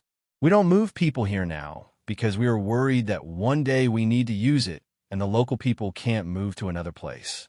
If you want to turn this place into a tourist destination, you will have to build the infrastructure. You will have to build roads to the mountain, small dams, pavilions, and inns. After that, people will come to do other tourism-related business. What if we don't get back the money we invest? What will Hongnong do when we invest in a company that needs heat supply? In that river, you see that the bank is high because there is no water this year. Otherwise, the water would rise to the bank and even overflow. You said that we can expand it. But what if we put the excavated soil back into the sack and throw it into the river to shorten the distance between the river and the bank? What if it rains continuously? After saying this, Tang Hui lowered his head and didn't dare to look at the county magistrate's eyes. He said that he didn't know much about economics, but he had seen the plan. He was usually honest and was always willing to think about things. The most important thing was that he patrolled the streets. Now, there were newspapers every day, big and small, and people everywhere were discussing it. Because of this, there were many disputes every day. Although not all of them were right, the atmosphere of the people participating in the discussion was very good. Everyone had their own analysis and found evidence to support their own arguments. After a long time, basically everyone's knowledge increased. They could understand the various policies of the imperial court. It was in line with a saying in the Analects of Confucius. If the people can make use of it, let them. If they can't make use of it, let them know. The people who knew how to reason would be more law-abiding. The people who talked about the policies of the imperial court would be more concerned about the affairs of the country. This was how cohesion was created. Liu Yin hadn't announced his plan to expand the local economy. Otherwise, the resistance would be greater and he would be angrier. Now he was very angry. The person he promoted didn't speak for him. Instead, he said that he would give him advice. It was as if he was new and didn't know anything. The transportation of coal needs good roads. Tourism also needs good roads. Even if other companies come in the future, the roads will still be used. Therefore, the waste of investment can't be counted in. The people who mine coal need a place to live. The hotels won't be used in the future. There's nothing wrong with letting them live there. As for the foundation of the river, after the river is widened, it will be different from now. In the past, the water overflowed because the river was narrow. If the river is widened, it won't overflow. Am I right? Liu Yin refuted and looked at Tang Hui. Yes. Tang Hui didn't want to say more to the county magistrate. He was just a Yamen runner. Even if he said something wrong, the county magistrate wouldn't change his decision. Liu Yin was slightly satisfied. He ordered, "Since you agree, find someone to start the initial stage of the excavation. Make sure that there are 2 meals a day. The monthly salary must be paid on time." Sir, that you don't know. Now, the workers in our county have 3 meals a day. The salary is paid every day. Tang Hui quickly reminded. Liu Yin was stunned. He thought for a while and nodded. Okay, I'll do as you say. They even need to provide breakfast here. That's not proper. That's not what I mean. Sir, the place you chose is far away from your home. It's impossible to let people go back and forth. The workers need to live in a simple house first. Tang Hui explained. Lu Yin suddenly understood. He was thinking about other things and forgot about the road. He said, "Okay, you do as you see fit. Remember to find more people." After the arrangement, he walked back with the Yamen runners. When he passed by Old Willow Village, he saw that the market was open. At the same time, the boards on the bridge were laid out. He hesitated and didn't enter the village. He chose to eat in the market. He wanted to listen to what the local people said. He thought that many people didn't have a good life and needed to work. Every day, they would wake up early to eat, then go to the factory or the workshop to work. They would eat at noon, work in the afternoon, go home at night, eat, and sleep. There was no difference between 10 years and 1 year. It was the same for a lifetime. People with ambition should be like himself. They should always think about new things and change things through their own efforts. Only in this way can they live a better life. Old Zhang, this is the county magistrate of this county. Show him what you've got. If the county magistrate is not satisfied, you can't pay for it. Tang Hui played his role and shouted at a person who was selling boxed lunches at a stall. Most of the boxed lunches were served directly. However, there were also cases where people didn't want to eat the cooked dishes or didn't want to eat the cooked dishes. The boss of the boxed lunches looked at Lu Yin and nodded. He thought about what to do as he walked to the back. Soon, 2 cold plates were served. There was also rice wine with ginger slices, longan, and dates. The smell depended on the individual's taste. Some people didn't like to drink this kind of wine with other things in it. Lu Yin had suffered in Bajiang, so he didn't have high requirements for food. Moreover, he wanted to show that he was close to the people. Therefore, he didn't say anything after smelling the wine. Instead, he began to listen to others. There was a lot of noise in the market. Some people were willing to let others hear their opinions. Have you heard? The new county magistrate's surname is Lu. His name is Lu Yin. Lu Yin just started to listen when he heard someone mention him. He immediately became serious and wanted to see what the locals said about him. I know. He came from a small place. I don't know if he made some achievements there or if someone helped him. I hope he won't mess up Hong Nong. I won't allow him to mess up Hong Nong. Another voice sounded. It was a rough voice with a hint of hoarseness. Lu Yin was a little unhappy, but he didn't show it on his face. He was still a shrewd person. Your hope is probably going to turn into disappointment. He's already working on it. He wants to double the current size of the river and let the water rise. When I came over this morning, I heard from the villagers that they want to strengthen the tourism market and make Hong Nong a big tourism town. What? A big tourism county? Hong Nong's economic model is a transit and processing industry. If it is a tourism industry, how can other industries support it? The county's money is limited. If one side has more, the other side will have less. In my opinion, we should continue to support the artisanal workshops. We should use the good steel on the blade and invest the money in urgent needs. What artisanal workshops? I mean to continue to build the wharf. Now the wharf's warehouse is getting less and less. There are also fewer auxiliary tools. We have to tear down all the small houses nearby, move the people away, pave the road, and build more warehouses. You're all wrong. I think we should vigorously develop the special breeding of meat products. Think about it. There are more boats coming to and from the wharf every day, and the corresponding number of people also increases. There are also people migrating from other places. The demand for meat products is getting bigger and bigger. If we don't carry out special breeding, where will we get the meat products from? There are few local people, and we will have to increase the transportation cost. It will make the meat products we eat more expensive. In my opinion, the first thing to solve must be the housing problem. Last time, there was a flood, and there was a construction. But obviously, with the increase of the migrant population, the existing housing can no longer meet the demand for living conditions. The best way is to expand the county's urban area. Look at you. All of you are like the county magistrate. Hurry up and eat. You have to work in the afternoon after eating. You talk about these useless things all day. Can you control the county magistrate? Someone began to pour cold water on a large number of people, making the officials who seemed to have a lot of power to return to their original identity. You still can't say it? So what if he is not the county magistrate? What can the county magistrate do? I just don't agree to invest the county's money on tourism. Shouldn't we say it on the notice board first? When the time comes, we will oppose together, and the county magistrate will have to put down the tourism. No, I went to the county the day before yesterday, and the notice board was removed. You are dreaming, and I still have to tell you.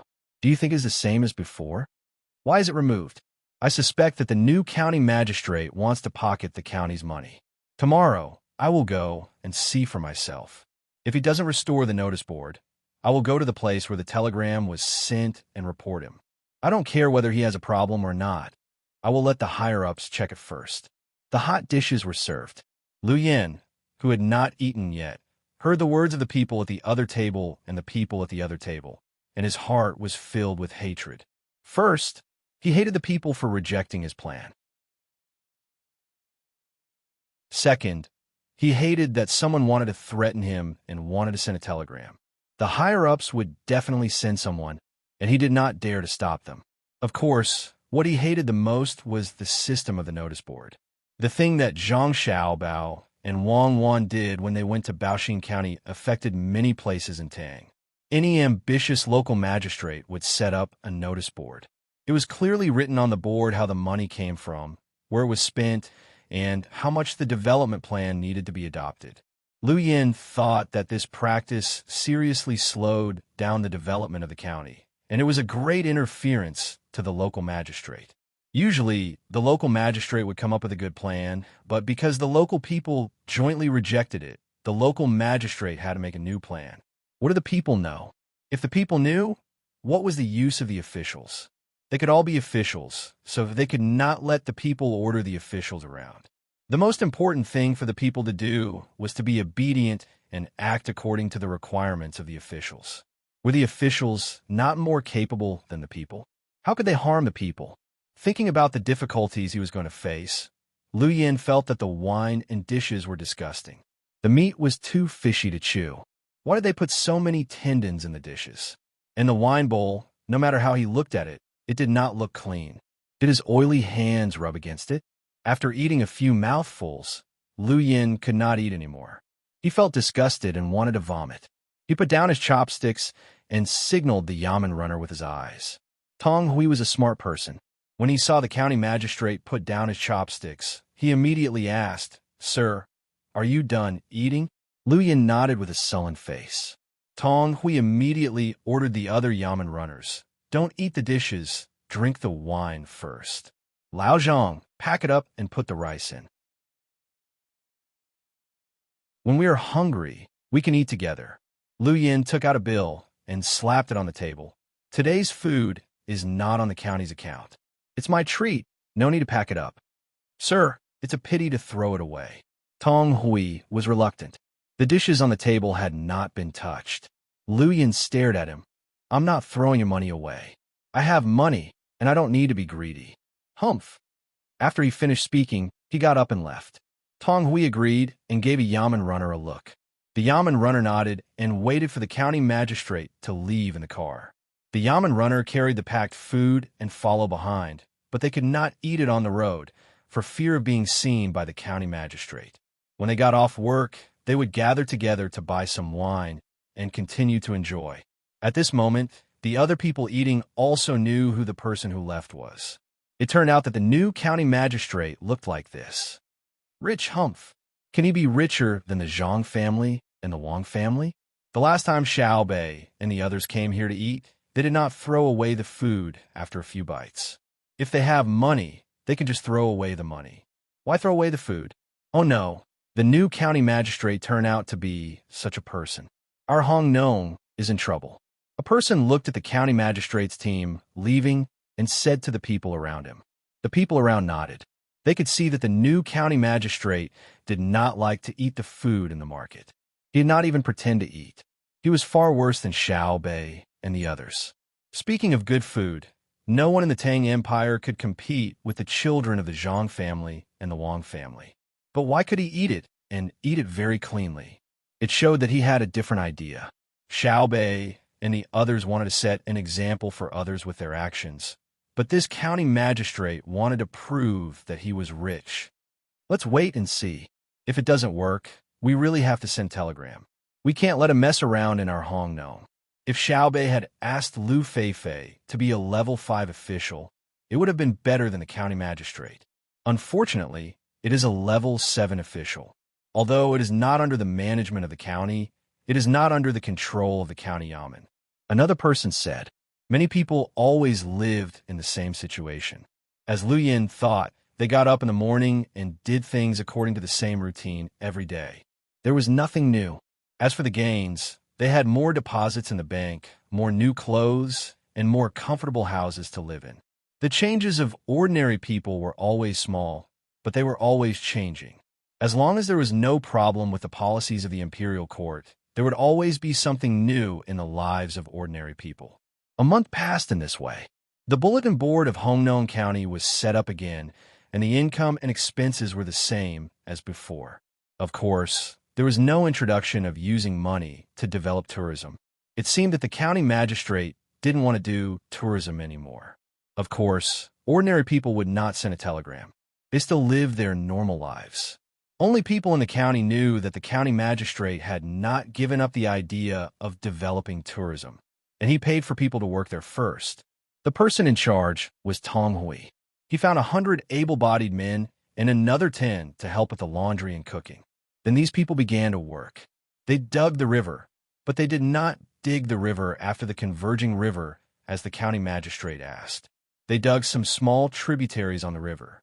Those that should be widened were widened, and those that should be deepened were dredged. The excavated sand was transported to the flat ground and piled there. Several sieves were set up to separate the thickness of the sand and stones and filter the mud. This part of the sand could be sold or used to build houses. Tong Hui was happy, so were the workers. They were paid a reasonable wage and had 3 meals a day. Sometimes, when their children were on vacation, they would come here to play with their wives and catch some river snails for a change. They knew what was going on. The county magistrate asked them to dig the river, so Tong Hui had to order people to do it. But he did not want to dig the main river, so he cleaned up the tributaries first. If the county magistrate came and saw it, he would find various excuses. While they were working here, Zhang Xiaobao and Wang Wan's team moved quickly. At noon, they finally crossed India and came to the seaside.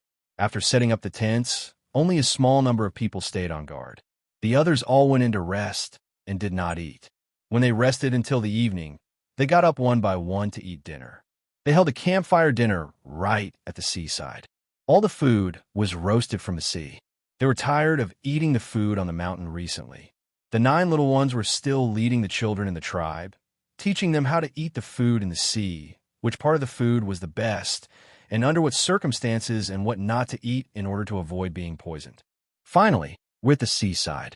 When we meet a ship tomorrow, we can ask them to help us send a message and mobilize more ships. When we go back, we'll stay in Luzhou for a few days and see how it's developed. Zhang Xiaobao breathed a sigh of relief. After staying outside for so long, he also felt annoyed. The team did not play a big role in the war. Let's not delay outside and go to the capital earlier. We don't know how chaotic it is in the country. The faster the development, the more unstable the other aspects. We have to take a good look along the way and find a way to balance the situation. Wang Wan was thinking about the consequences of Zhang Xiaobao's national policy. You're right. I'm mainly worried about the officials. They don't have the ability, but they insist on proposing new plans in the name of development. It's easy to waste the local revenue. What's more terrible is that they'll cheat the farmers. Zhang Xiaobao agreed with Wang Wan while roasting the fish. You're tuning in to the Romance Rendezvous YouTube channel. We're so grateful for your support, and don't forget to subscribe to join us on this incredible journey through captivating stories. Your generosity through donations truly makes a world of difference, as it's the primary source of revenue that allows me to expand and enhance this channel for you. Thank you from the bottom of my heart for being a part of this adventure.